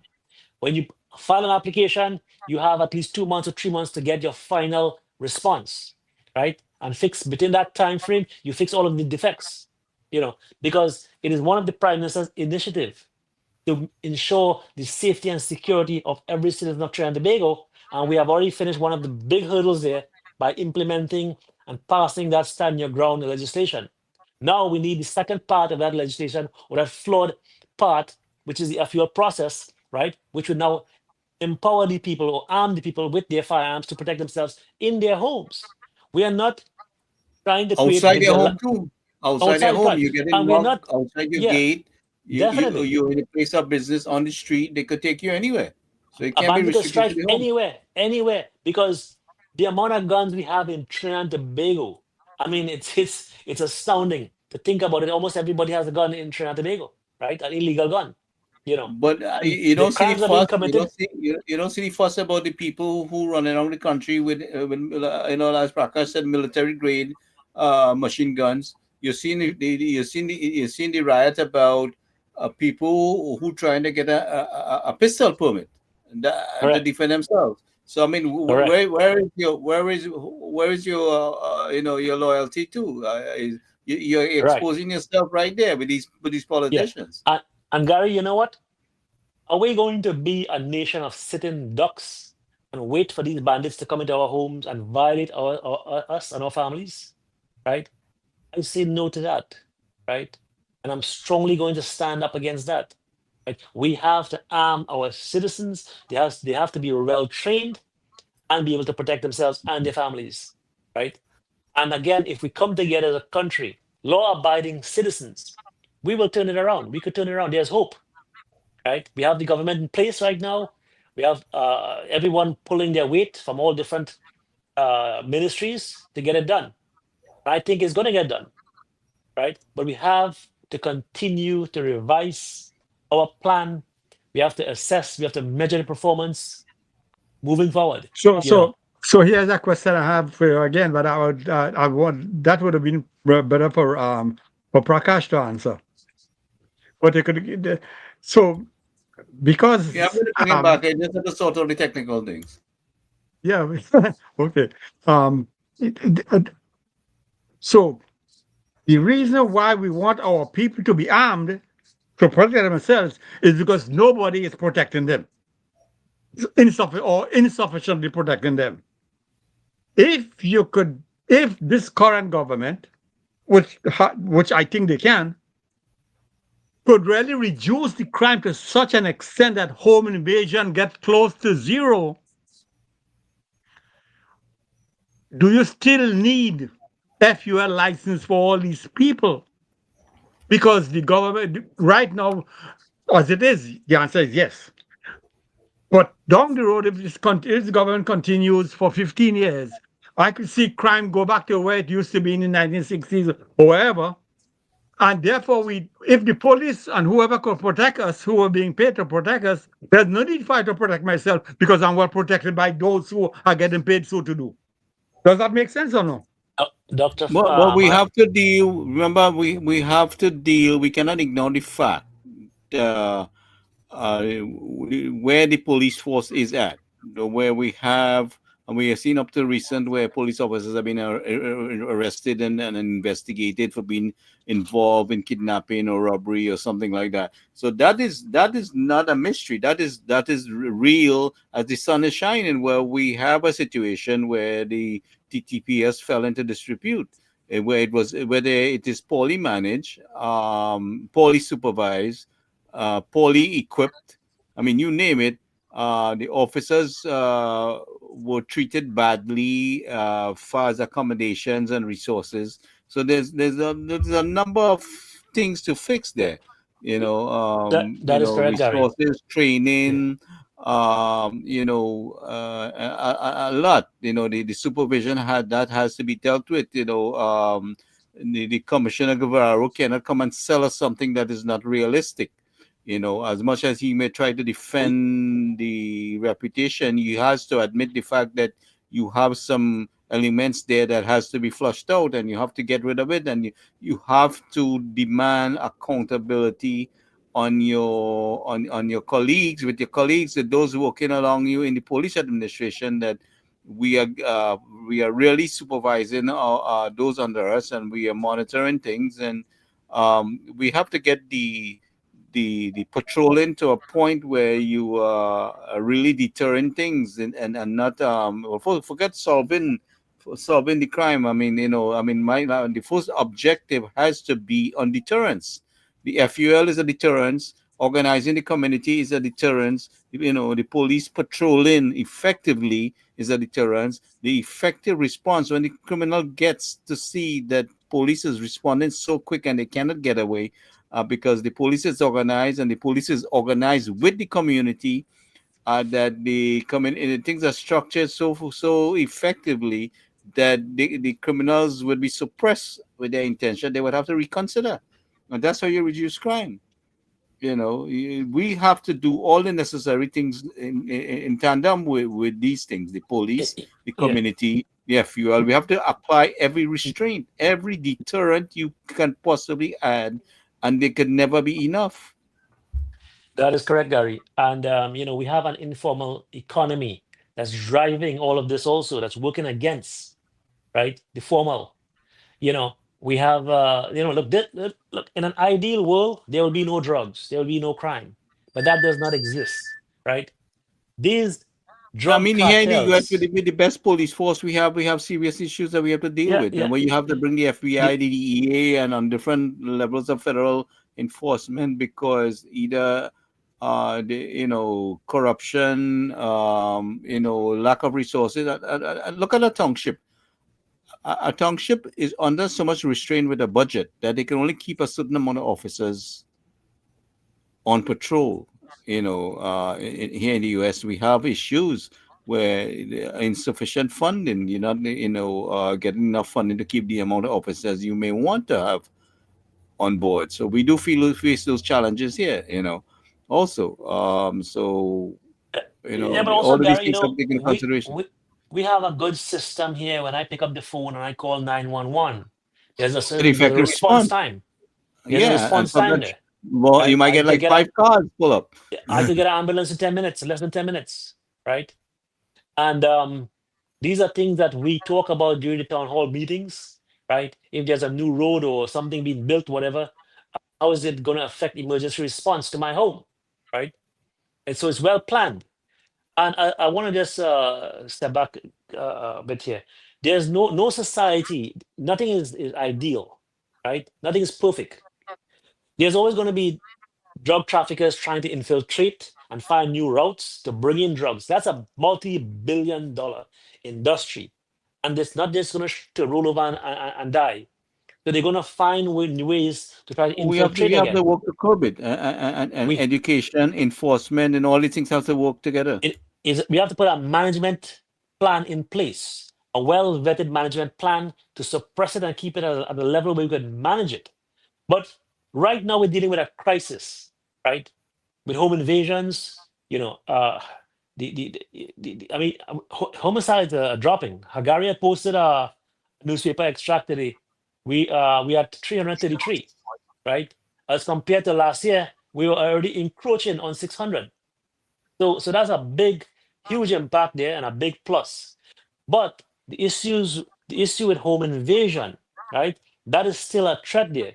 People are, 6, 7 o'clock, they're locked in their homes, right? Like a bird in a cage. You hear a noise, then you're scared to come outside to see what is it? We have an armed society is a polite society, and that's how I see it, right? You come into my home at 2 o'clock in the morning, you're not coming in there for tea and crumpets. I didn't invite you there for that, right? So worse yet, if you're inside my house, I want to be in a position where I could stop that threat there. I'm not going to have the luxury of time to call and wait for the police to get there. What if they don't have a car? The typical thing, all right, we're going to be there in 1 hour. There's no officers on patrol right now or on their way or something. By that time, you're done there already. So Man, let me tell you something. You and I know a lot could happen in 5 minutes, right? 5 minutes is like a lifetime. In a minute, you're dead. Once those guys get into your house. And also, Gary, not all of the TS Trinidad Police Service are bad. Like some good officers, there's some bad officers. There's some Yeah. alleged Well, I'm saying we officers who can't are ignore that fact. So we know that, and so we yeah. have to deal with that also. You might see a police officer ringing your doorbell, and you're wondering, hey, what is he doing? Is that a real officer? Is that a fake officer? Right? You have to deal with all these things, and you have to process that now. Now, if someone is thinking a bandit who got hold of a police officer's uniform and he's trying to enter your home, right? He's thinking, oh, you know what? This guy's probably an FUL holder. Everybody in this area is an FUL holder. I might have to meet that sort of force, right? Or get set, to have a gunfight. I could get killed. So he may think twice. So it is a deterrent. So, Dr. Maharaj,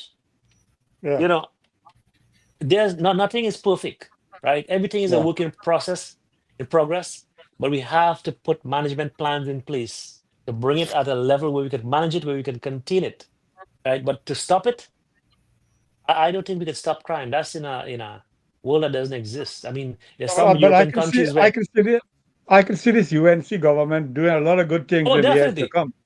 Definitely. That is why Look right now. That is why Right now, we may not need so much firearm in the future because they have taken care of things. And that is why you Let's cannot hope. do it in 5 years, 10, maybe 20 years. right. We'll get Let's there. hope. Let's hope we don't need the firearms, Well, right? But right now we need it. I'd rather have it than Right. need it and don't have it.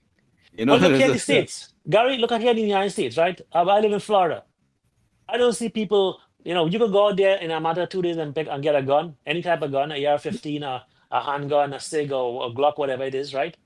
I don't see people touting around a gun like this kind of thing, But you go into a Walmart, you bump into somebody, or you cut somebody off, or they tell you, sorry, sir, go ahead, no problem. You're very polite, right?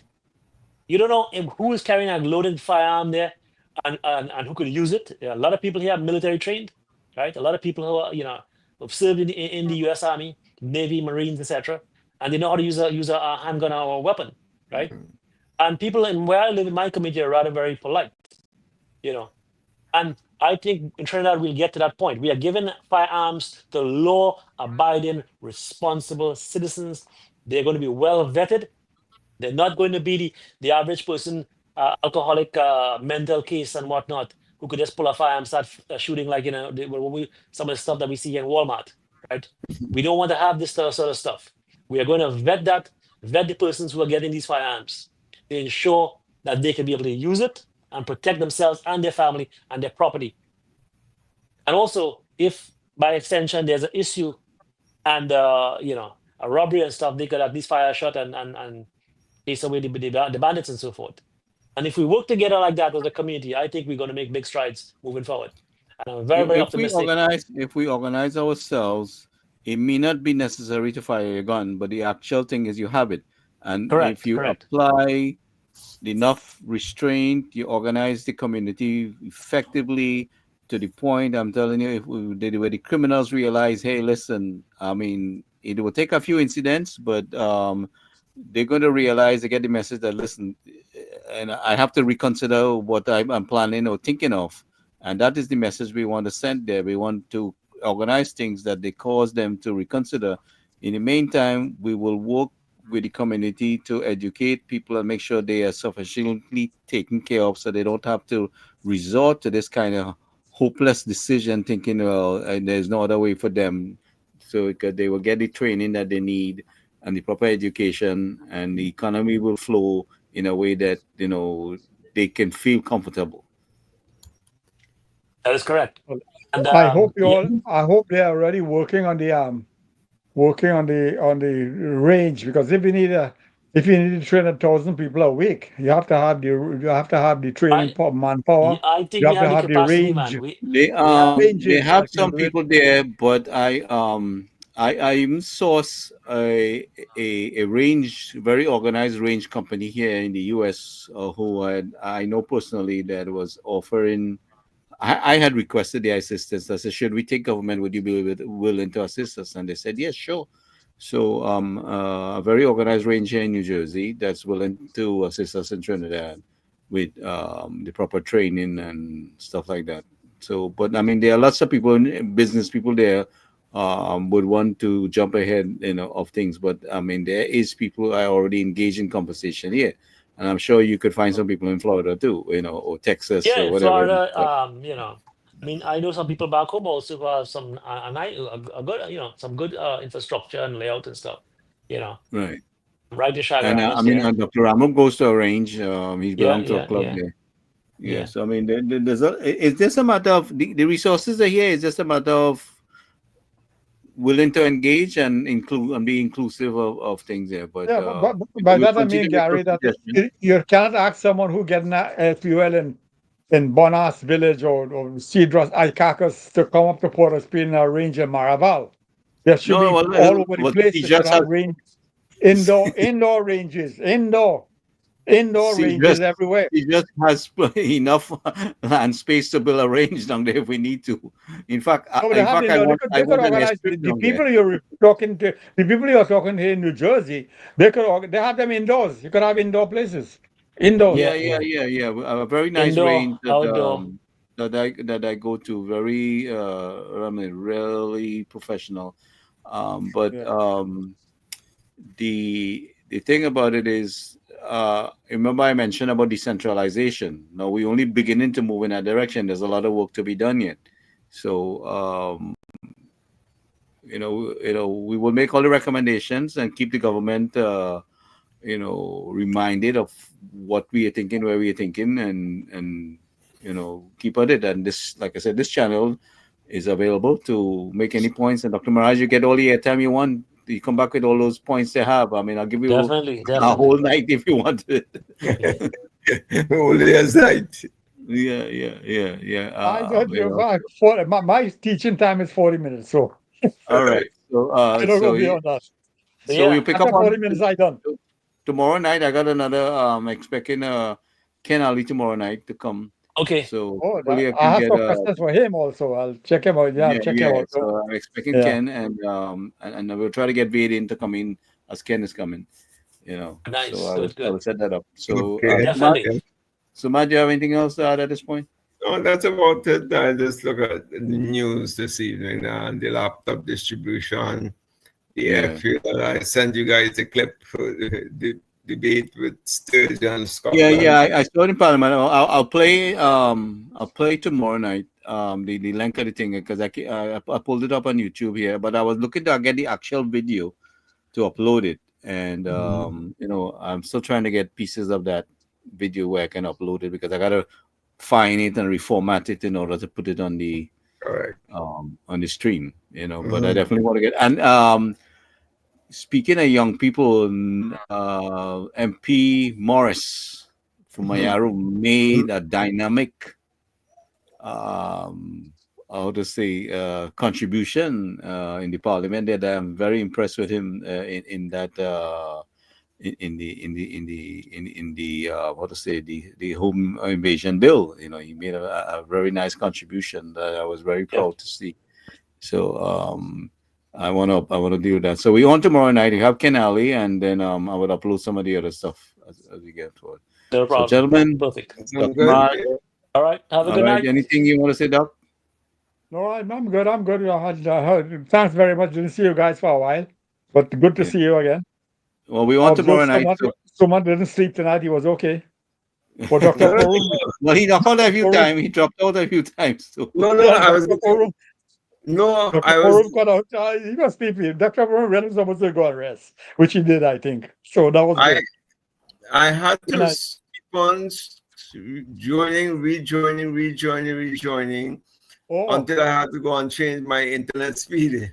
And that is what I was doing. Yeah, we're still not seeing you clear either. You're kind of fuzzy. Right. But because by my window, I didn't put on the AC, so I prefer to get the fresh breeze. Yeah. All right. Where you are in Trinidad? Yeah, I'm home. My home. And that's where in South? South, yeah, Superior. Okay, Superior. Nice place. Yeah, Superior. Yeah. Well, I also have a home in Tobago, but when I go there, I'll be in Tobago after this. So. Okay. So I just want to congratulate seeing some young people making some headway in our Miss World competition here. We're down to 5 candidates. And we have a young man that's missing also. Just want to highlight that so people can keep an eye out for him. With that, I will say good night, and we'll see you guys tomorrow night. So good night. Take care. Everybody. Bye-bye. Take care.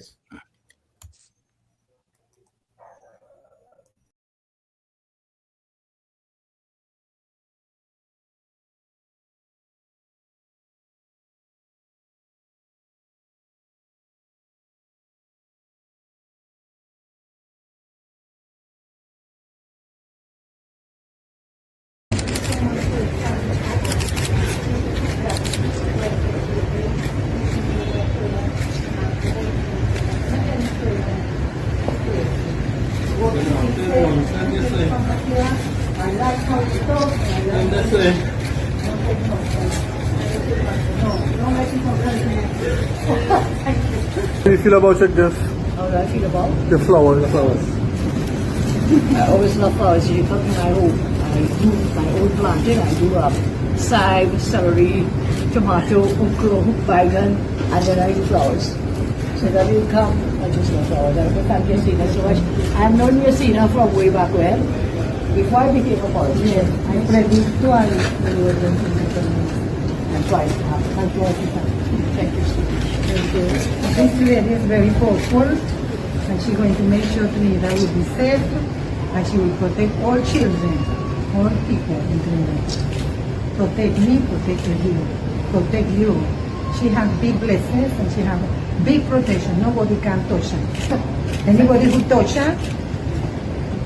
Prime Minister, what do you have to say to Venezuelans like Yesina who support what you're doing, but who may currently feel uncomfortable right now living in Trinidad?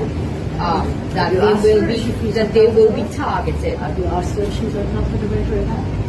But as I said, she's protected. She's being guarded by the right people. America will protect Trinidad. They will never allow anything bad happen here. No fear. Thank you. Thank you. Thank you very much.